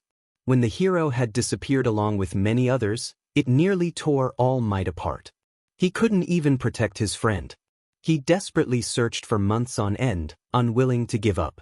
Once the year passed with no leads, the cops finally presumed him dead, even though Totaro's body was the only one that hadn't been found. The only thing All Might could do was to move on and focus on his hero work. Not that it ever helped to wash away the guilt and helplessness. He had given up on Totaro. And now he was here and alive. That's a good look on you, Mighty. Blink giggles. How you doing? Missed me? Just ran into Eraserhead a little bit ago, and he seems to be doing well, before I gave him a nasty present. I got one in return though, see, wasn't he nice? He rambles, and it's all Might can do to keep up. Blink holding up his arm to reveal the large gash dripping with blood. All Might hadn't even noticed the red liquid puddling at Blink's bare feet. Got me with my own knife he did, sneaky that one. You haven't answered my question. All Might grits out. Blink ignores him, tilting his head to Shigaraki. Mission success, they've already left so we should get going ourselves. He holds his arm close, shuffling forward towards All Might who waits with bated breath. Was he planning to attack? He tenses, ready, but Blink brushes against his shoulder, tiptoeing to reach his height and patting in comfort. That's obvious too. I'll let you live this time in memory of our friendship. The next time we cross paths, you better consider me your enemy or you'll forfeit your life, symbol of peace. The yellow eye moves, blinking up at All Might in an almost nonchalant manner. He couldn't let him leave like this, not until Blink explained to him what the hell happened. It wasn't unheard of for heroes to fall. It was a rare occurrence though, one that happened once in a blue moon, but All Might didn't ever think it could happen to someone like Totaro. He needed to know what set him off. He reaches out to grab Blink's arm with the question on his tongue, but he slips through his fingers, leaving a bloodied handprint on his white shirt. He's always ruining my fun, but looks like he's made up his mind. Shigaraki whistles and snaps All Might out of his stupor, the Nomo flying above his head to his master. He couldn't bring himself to try and stop the villain from boarding the creature's back. I'll definitely beat the boss next time. All Might dashes to the elevator the moment Nomu takes off. Every fiber of his being was screaming at him not to let them go, but he couldn't waste time, the inner turmoil gnawing at his insides. You would think backup would have already arrived, and All Might speculated they must have cut off the security alarms. If they had jammed the signals, Aizawa's text wouldn't have reached him, and he wouldn't have been able to call in return. Was it a mistake on the villain's part, or deliberate? All Might stores the thought for later, peering down into the darkness of the. If what Blink had said was true, why was the lift still at the bottom? A large thud and clink of mechanics nearly startles All Might and he steps back. That answers his question. Someone must have called the elevator down, and was now ascending. He drops into a stance, ready to blow them to kingdom come. Takes a good while for the lift to surface, and when it does, All Might breathes out a sigh of relief, rushing to the aid of the injured form leaning against the lever. Aizawa, soaked in blood and looking like a supernatural entity of a horror film, his eyes glowing and hair floating. When he recognizes All Might, he drops his quirk, stumbling forward. "You're late," he says, grunting in pain. "My apologies. I was held up." All Might drifts off, eyeing the injured pro-hero warily. "They got away." "Why yeah?" He gently grabs Aizawa's arm to support him. "And the guards?" "Dead." He tightly responds, and All Might doesn't push further. The prisoners are wreaking havoc down there, it won't be long before they find their way out. Aizawa sways, the grip All Might has on him keeping him on his feet. "We should get you to a hospital." Judging from how drenched Aizawa's clothing was, he's lost a lot of blood. Any more and All Might was sure he wouldn't make it. No wonder Shigaraki thought him good as dead, if someone told him his status. Aizawa weakly grunts in agreement, and doesn't complain when he's picked up, hissing slightly from the jarring movements. "Brace yourself." All Might mutters and crouches, building up the power in his legs. He could feel the hero tense in his arms, though relaxes once they are high in the air. Down below, All Might could hear the distant alarm of sirens, the flashing lights of police cars and armored trucks speeding along the long road to the prison. "Did you call them?" All Might asks over the wind, puzzled. Why were they only arriving now? And if the system truly had been shut off, they wouldn't have known it all in the first place. The prison being so far out as it was made it truly isolated. Proven today to be a double-edged sword. "No. They jammed the signals soon after you had called." He barely heard the weak answer and All Might frowns, scanning the city for the closest hospital in their quick arrival to the outskirts. "I fed up." Midoriya groans, his injured arm splayed out for Kurogiri who was working on cleaning the gash. The knife wound started at his shoulder and along the outside of his arm, twisting inside to stop halfway down his forearm. Eraserhead got him good. And they couldn't take him to the hospital to see how much damage was done. Midoriya could only hope for the best. He leant back against the chair and threw his good arm over his eyes, kicking his feet up on the table to try and relax, the dizziness finally getting to him. The movement jostled his ribs and Midoriya flinched from the pain that shot through his chest. He probably broke a few of them, and don't get him started on the nasty bruises he could feel forming. The pro hero did quite a number on his body. He wondered how he was going to hide his injuries from All Might. Easy, you didn't know he was going to be in there, Kuro says, and Midoriya snorts, peeking out a green eye at him. It was the fifth to last pebble. I hadn't even taken out all the guards yet, and I panicked. He bit his lip, clenching his hand into a fist. At least he could still feel that, which meant there wasn't any major nerve damage. Maybe. I was stupid. I thought I could get him before he realized I was there. I should have just jumped to a different one and left him alone. But no, I had to freak out and stab him with my FNG knife. He did catch him off guard, but after that, it turned into an all-out fight. One that he wasn't severely prepared for. To top it off, I used one for all to get away. His quirk was a real pain in the butt. If Midoriya hadn't used the rock for the quirk, he was sure Eraserhead would have thought it eerily similar to All Might's and probably put two and two together. Though now as Blink, they will know he has two quirks, throwing that surprise out the window right off the bat. They will try to figure out what it is. Well, you did have the foresight to bring that jammer quirk user. But he called All Might before I could contact Tamura-san. Ugh, what a mess. I guess at least I got to play up the part. Midoriya heaves a sigh and mulls over the mistakes he made today. It was like last time and the plan to obtain All Might's power. Great on paper but difficult to actually carry out. Nothing ever seems to go as planned. Midoriya bursts into a bout of giggles. Of course, they were doing this all wrong. He did think of bringing along that jammer villain, but he didn't create any other failsafes. Truthfully, they went in pretty half-butted despite it being a good idea. They should have fleshed out the mission more, create backup plans for the most likely scenarios where things could go wrong. He also needed to better prepare himself when faced with those variables. Not to mention, real combat was entirely different than training, and Midoriya got a real good taste of it. Never let your guard down, even when you think you've fully incapacitated your opponent. That was one lesson he was going to drill into his head from now on. He needed to be on the same level of the pros if any of this was going to work. Done. Kuro breaks through his concentration and stands, leaving Midoriya to examine his stitched arm. It burned like hell.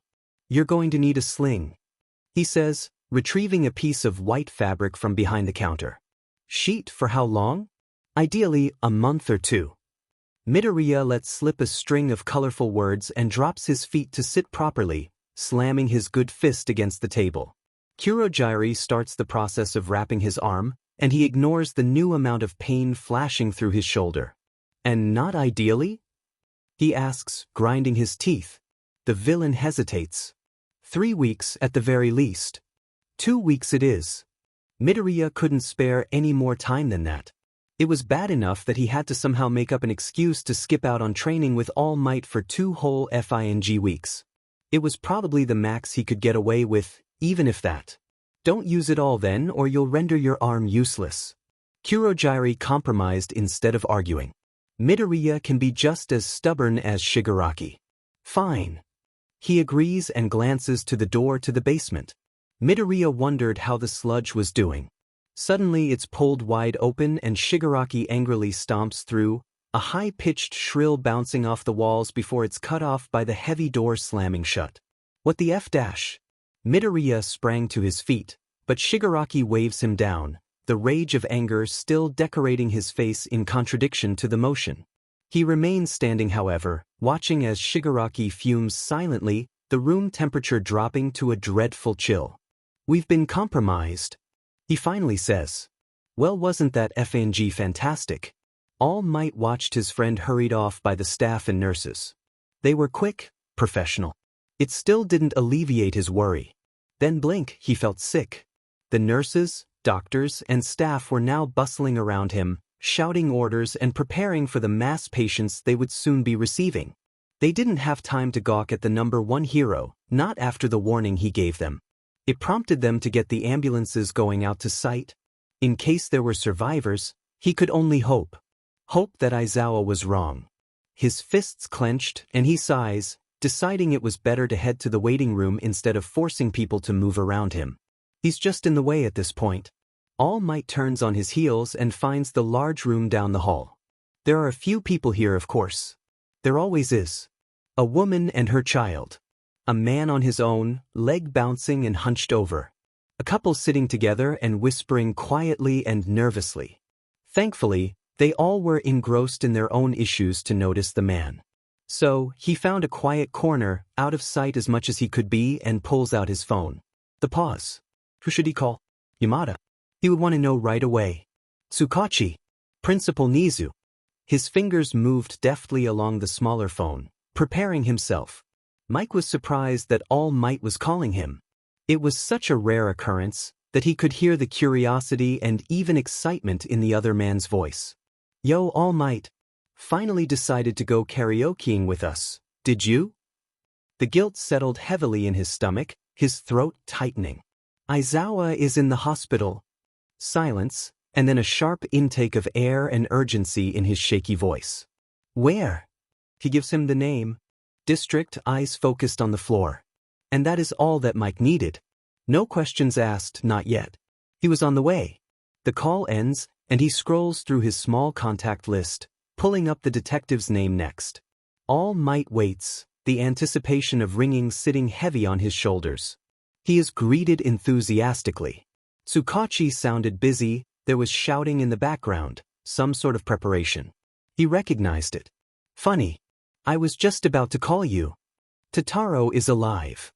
He rips it off like a band-aid, and he's earned with silence. After a heartbeat, he explains, Acre Prison, Aizawa, the confrontation. All Might can practically hear the gears grinding, the surprise, all wrapped up into one. Finally, what's most important right now is that we have a location. Hurry. The chill in the room remained, emitting from Sensei, who was taking care of the sludge man in the other. But the rest of them didn't have much time. Shigaraki was going to have to leave most of his things, this he knew. Not that there wasn't anything more important than his console and games. He grabs a bag, quick to wrap them up in some clothing as he packs. It takes him less than a minute, and he's out the door, greeted by his master who was on his feet, speaking with Midoriya and Kuro. They are already here. His master speaks ominously, calmly, smiling as he addresses them all.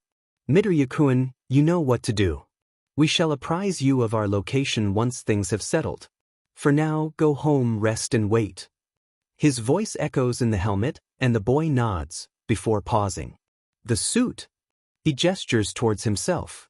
All right. He didn't have time to change. Do not worry, Kuwa will come for it tonight. No more dilly-dallying. We don't have much time. Their master chuckles. He didn't sound worried, of course he didn't. But it wouldn't be good for Midoriya to get caught here. Shigaraki scratches his neck and watches the boy disappear in a blink. Is this really okay, Sensei? He asks, sauntering over to Kuro, the purple mist of his quirk activating to envelop them both. All according to plan. Do not worry, my apprentice. They were beginning to be pulled within the portal to wherever their next destination would be. Crack. Boom. The ground vibrates underneath them, and the last thing they glimpsed was the wall of the bar suddenly blasting forward, All Might standing within the destruction in a near-palpable fury. Oh ho, scary, Shigaraki manages the taunts with a laugh. His vision starts to go completely dark. Villains 2, Heroes 0. No! They were too late. Damn it! All Might's fist punches through the wall in frustration, blowing it out further. He didn't care. They got away. Only a few heroes were quick enough to get to the location on such short notice. All Might. Endeavor, Edge Shot, Ingenium. All on standby. But it was all for naught. The only lead they had up in smokes after only a few seconds. Tsukachi comes up behind him after All Might relayed his status, glancing around the empty bar and turning to shout orders. The bulky hero moves towards the back 2 doors, slamming them open just to be sure. No threats. He rubs his face for a moment at the machinery that had been left behind. We'll get them. The determination of his friend voiced behind him, pulling him out of his thoughts. I hope so. All Might turns to leave, leaving the police department to do their job. In one powerful leap, he bursts up into the air and in the direction of the hospital. A fiery orange of flames catches his attention from below, the number 2 hero looking up to watch him leave. It looked like Endeavor wanted to talk to him. But he was gone too quick, and he didn't care much for the man right now. He couldn't leave Yamada hanging, even if he knew it was the nature of the job for things to happen quickly. He would understand. Though he wished he had been coming back with good news. It didn't take long, and he landed near the busy entrance with a noticeable thud. Emergency vehicles parked outside, unloading the injured prisoners, and bodies respectfully covered up as they are carted inside for the morgue. A few of the staff did a double take on his presence, but they were quick to refocus. He offers his signature smiling, nodding in understanding and greeting at the few glances thrown his way. All Might has yet to see any signs of personnel who survived the attack on the prison. That didn't mean anything, they could be inside already. The bulky man walks in, thankful that the automatic doors were large enough to accommodate people like him. People were running by, in a hurry to get to their destination. The whole hospital was in chaos. He reached the waiting room after a few, "Excuse me, sorry," whilst navigating the halls, and spots the familiar updo of blonde hair, his back turned towards him. Next to him sat Principal Nizu. "Ah, that saves me the trouble." All Might announces his presence. Mike was on his feet in a heartbeat, while Nizu remained seated, sipping at a cup of tea he no doubt brought along. All Might, what's going on? I got the gist from some of the staff but the mammal, panda, guinea pig, whatever he is, reaches up to tug on the hero's coat. I believe it would be best if we save that for later, once we know Aizawa-san is okay. Leave it to him to read into the situation, it was probably written all over his face. Nonetheless, All Might opens his mouth to argue. At the very least he could. Nizu raises a paw and shakes his head. One thing at a time. You've barely had time to breathe, All Might. It can wait for now. Toshinori couldn't be more grateful for the principal. He takes a seat, Mike visibly deflating as he follows suit and crosses his arms, his leg bouncing quietly with anxiety. Midoriya's feet touch the ground of his familiar room, and he slumps, sighing out quietly. His arm is a throbbing mess of pain. He should have asked if Kuro had anything while he was being patched up. Alas, it slipped his mind given the focus of his mistakes today. He'll have to ask later. First things first. He quickly grabs a change of clothes, discarding the mask onto his bed as he carefully undid the sling. He hisses. After a few minutes, he manages to get the suit unzipped, dropping to his knees and tossing it and the mask under the bed behind a few boxes he kept there for storage. Panting from the exertion, Midoriya wipes the sweat off his brow and carefully stands up, grabbing the sweater and baggy sweats. Suddenly it hits him. What the F was he going to tell Mom? In all the chaos, he had forgotten about his mother. There was no hiding this from her, not if he wanted to get back to training with All Might as quickly as possible. The sling was necessary. He groans, rubbing his face. Maybe he should tell her. The training. And he could explain it away that he strained his arm. Yeah, that could work. That All Might was training him. A small spark of hope, pride, and bit of pettiness bundled up in his chest. It's a good cover. His mom would only question the injury for but a moment, overridden by the shock and surprise upon hearing her son was training with the number 1 hero. The look on her face is going to be priceless. Giddiness swelled within, and he grins to himself, doing his best to shimmy into his clothes without jostling his arm too much.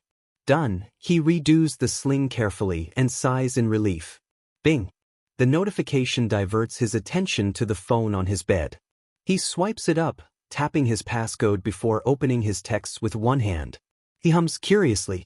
Akio, hey, how's it going? Not bad. He types with his thumb and sends. 3 dots appeared along the bottom, so he waits. Sure enough. Cool. Want to hang out tomorrow? Midoriya pauses to think it over. Why not? Sure, laughing face. Let's meet up at the park and we can decide from there. Fist bump emoji. Sounds good to me. Fist bump emoji. He couldn't help the smile, suddenly looking forward to something calming. Villains must take breaks too, after all. and after today, well, he feels like he deserves it. The painful throbbing in his arm reminds him, and Midoriya tosses the phone back onto the bed, exiting his room.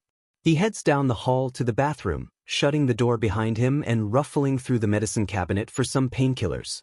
He pops 4 into his mouth, turning on the faucet and ducking his head sideways to catch the running water.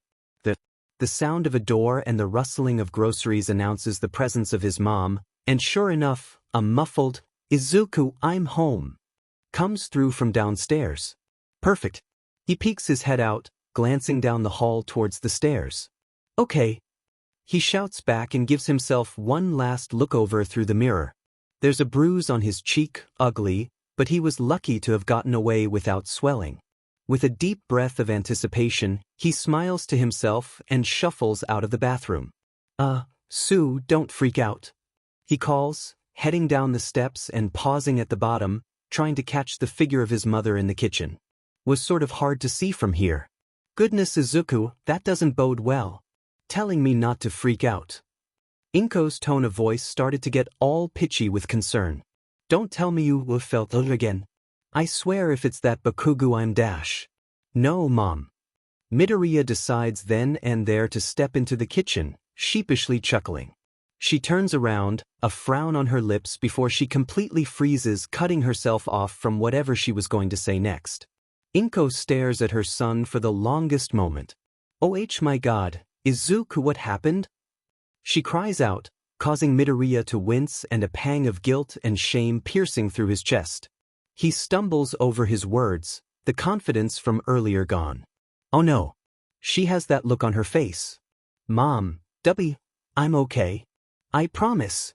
Inko rushes forward, mindful of his arm but squeezing him to her. My baby. She pulls away, checking him over frantically. Tears were streaming down her cheeks, and then a flash of anger overtook her expression. He knew exactly what she was thinking. Mom, it wasn't Kaken. She stops, hands on his shoulders whilst giving him a stern and hard stare. Her eyebrows furrow in confusion, seemingly believing him after a moment, and she wipes at her eyes with a sniffle. Then who? Midoriya sighs, scratching at his cheek nervously. You might want to sit down.